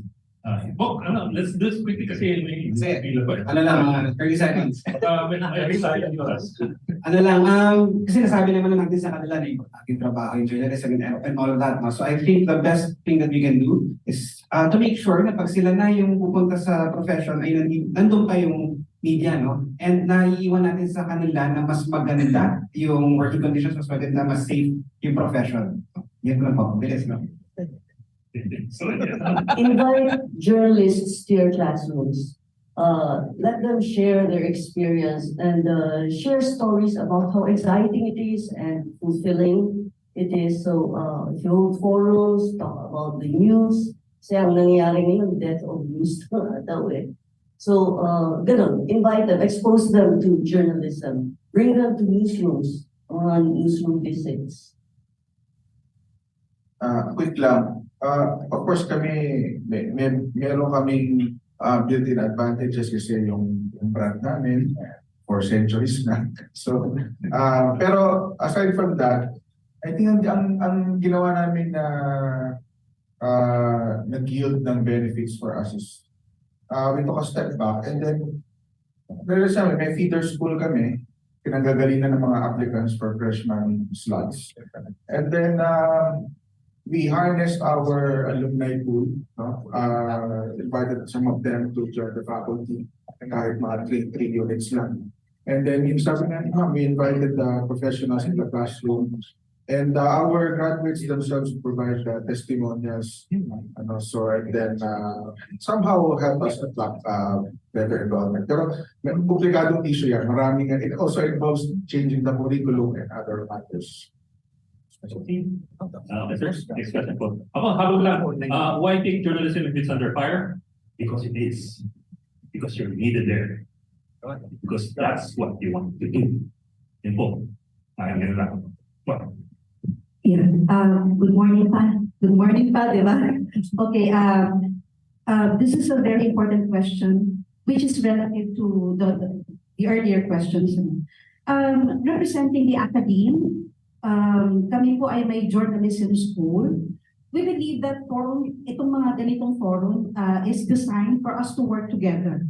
This is really very important. Actually, what we really need in the academe is a business model na pwede namin ipakita sa mga estudyante namin.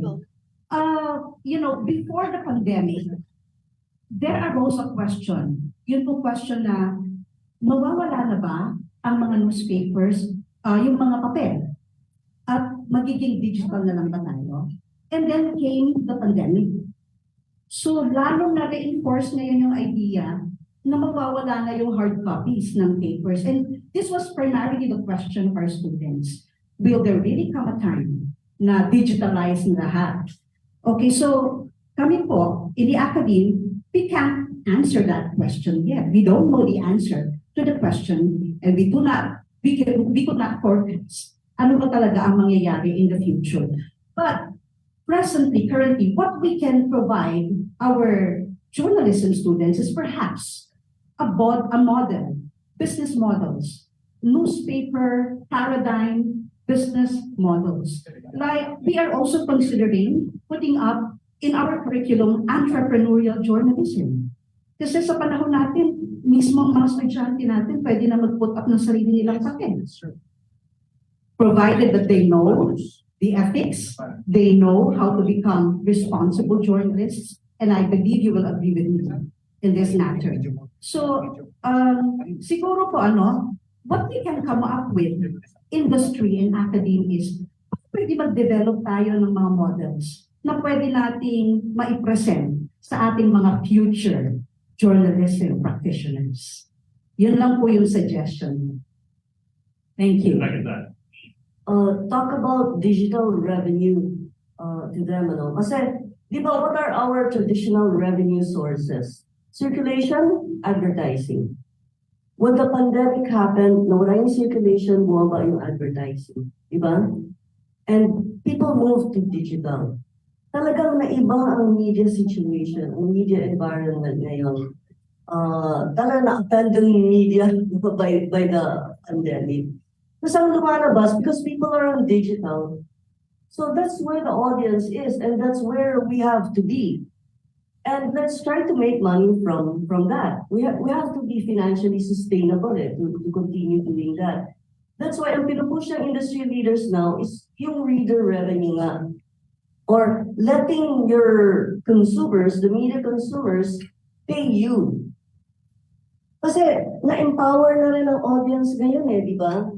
Ang newspapers, we're 500 years old na ang newspapers, and then ano yung sa newspaper na model? Tayo kasi nagdi-dictate. Through our headlines, we tell them, hey, this is the biggest news yesterday or today. Naiba na ngayon They're the ones telling us what is news. Diba? Pinapagalitan nga tayo.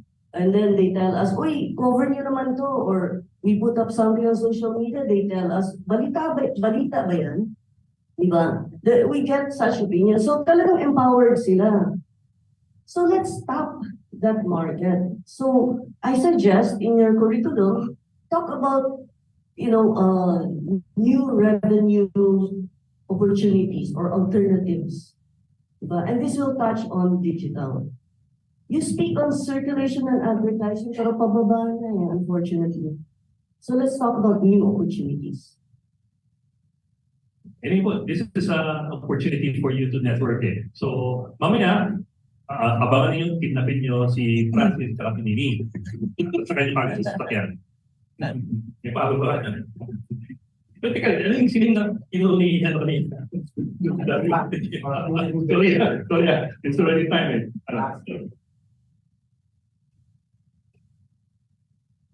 Hello. Okay po. So, hello po. Good morning po, everyone. I am EJ Makabagod po, third year George student po from the UST.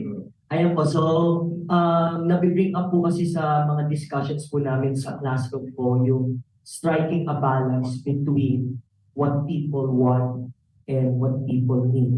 On the one hand, yung mga tao, of course, yung gusto po nila yung mga juicy stuff like si celebrity na ganito, nag-break na daw, o si celebrity nakita lang sa isang resto, sila na daw. Mga ganun bagay po, minimum po natin.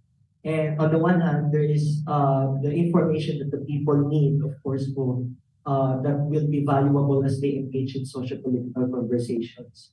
So, yung question ko po, kung sino man po sa inyo, kukunin lang po yung insights, kung sino po ba yung dapat mag-adjust po tayo po bang mga journalists po ang dapat mag-adjust sa mga readers in this time, in this day and age, reporting in the new normal? Or yung readers po ba dapat din yung mag-adjust po sa atin because we do have our own standards that we are following, and somehow we want to be more serious and investigative rather than focused on entertaining, right, mga ganun. Thank you po. Mahirap kasi sagutin, pero two things to think about siguro. Pwede naman kasi na yung supposedly hindi ganun kalalim na storya ay gawin mong entry point to like a bigger story, a bigger issue. On the other hand, yung seryoso storya, you can consider, kasi online na tayo, so iba yung language niya, iba yung tone. You could consider na yung journalism values, yung same rigor of work, ay ganun pa rin. Pero yung tone mo ay iba, medyo mas magaan, mas ganun. Pero at the end of the day, syempre hindi naman tayo pwede pa rin masyadong magpadala sa audience na parang ito yung gusto namin, ito yung gusto namin. May judgment pa rin kasi tayo as gatekeepers, as journalists. Sige, ano nga yung ice cream na namin flavor of the month? Parang gano'n. Dapat gano'n na yung pag-iisip natin. We still do the news the way we want it to be and the way it should be, but we also need to, feed the perversions ba? Hindi naman yung cravings nating audience. Again, yung sa mga fellowship na pinag-aaral ko, it's not always bad, it's not always controversy because there are also community stories that are, sabi mo, undercover pero inspiring. Maganda at refreshing. Yun lang po. Nakatakot naman yung mga hirit mo ganyan. Bakit promote tayo yan? Ano po? Promote tayo?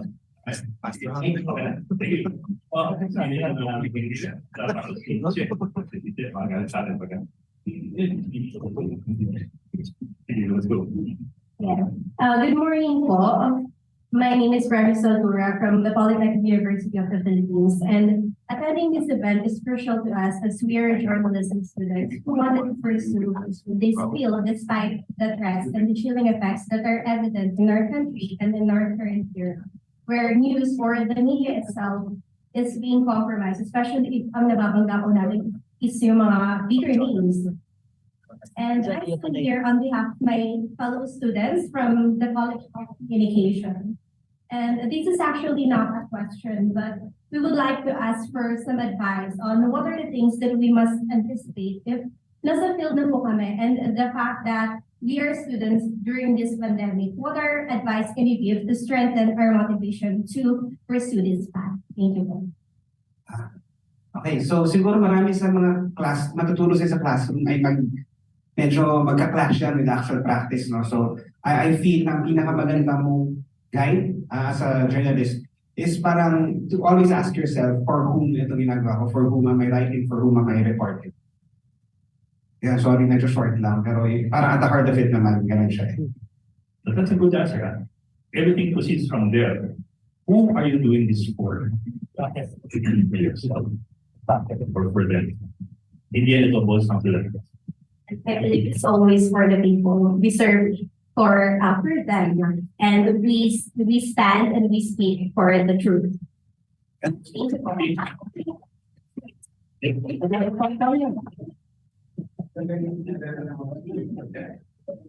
Teacher ba? May pahabol si Shek de las Reyes. Ako si Che de las Reyes from International Media Support. So we are a media development agency. Dati akong taga-ABS kasama ni Inday. Dati rin akong taga-PCIJ kasama ni Ed. Pero ngayon ay nasa media development work na po ako. Nagpapasalamat ako kay Ma'am kasi ang ganda nung ni-raise niyang issue. Marami sa atin, well, not only in the Philippines but around the world. Yung pag nag-shift, lagi namin sinasabi, the digital shift, pero when will we learn from it? Isa sa programs namin, in fact, is media viability. I can assure you na hindi lang tayo namang problema niyan kasi namang problema din talaga worldwide in the developing countries. How do we learn from digitalization? In fact, dito sa Pilipinas, kahit yung established at napakaraming following na media organizations like Rappler, ABS, GMA, nahihirapan pa rin interaction and through startup. Nahihirapan pa rin, di ba, na mag-earn ng revenues. It's not the same as the traditional sources of revenue katulad ng sinabi ni Dini.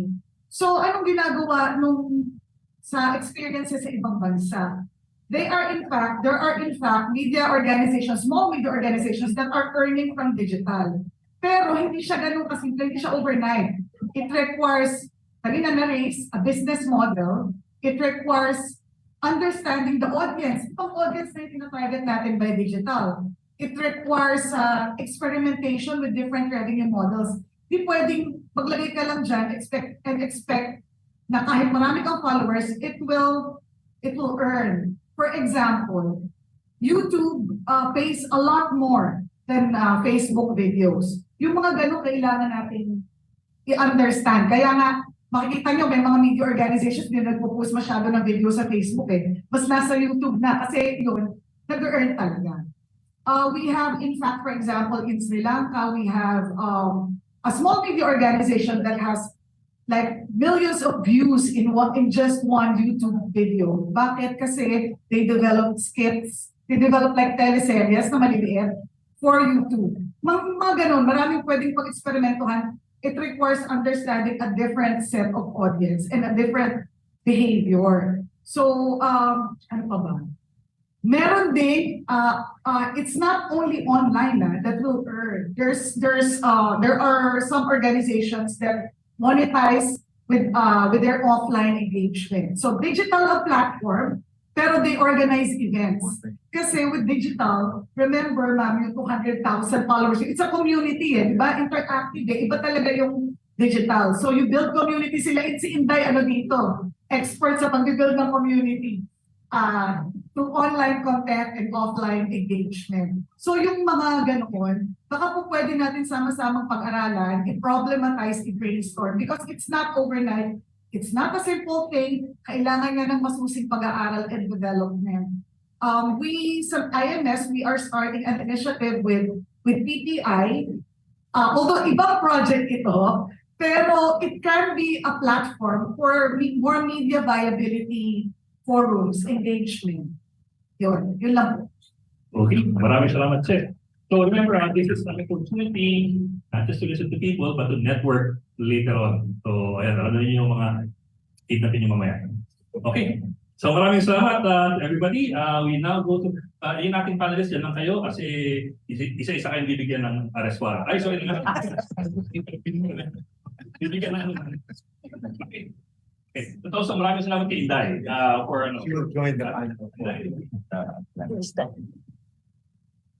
So ano yung warrant? Ito nga mo ulit. Oo.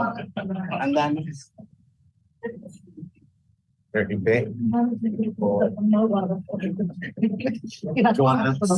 you. Tita Inday. Thank you. Tite Salvosa, Mini Caballero, John Cantos. Ikaw, meron ka rin ganito, di ba? Of course. Kahapon mo na kung nakuha yung Inday. So may warrant dito. Maraming salamat to everybody for joining us today. Bakit ka dito? Ariel. Bakit kayo?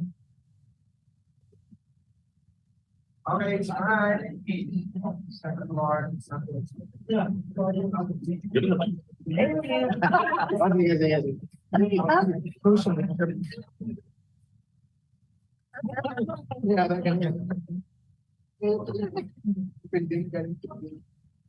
Ladies and gentlemen, let's give it up for Ed Ligao. Maraming salamat po. That has been the 27th National Press Forum of the Philippine Press Institute. Thanks our panelists with Wuya, with the training team, our sponsors. Everyone in this ballroom will have to take lunch at the ground floor. There is a designated area for the event. So, lahat po. Kasi now, we have to vacate the area. Kasi ipopose namin yun. Kasi now, walang experiment, walang example. Ground floor, the doors of the ballroom will open 10 minutes before the awards program. Okay, 10 minutes before the award program. That means if you are not yet dressed up, you still have time after eating your lunch. You can change notes, okay? Especially for the members. Alright, maraming salamat po ulit. I'd like to acknowledge our donors and partners, Nickel Asia Corporation, Kusok Picolandia, SM Investment, SM Super Balls, San Miguel Corporation, Pacor, Unilab, Apolinteo, Citadino Hotel, and McDonald's. Again, lahat po tayo, kayo kakain sa baba. Okay? Lahat kakain.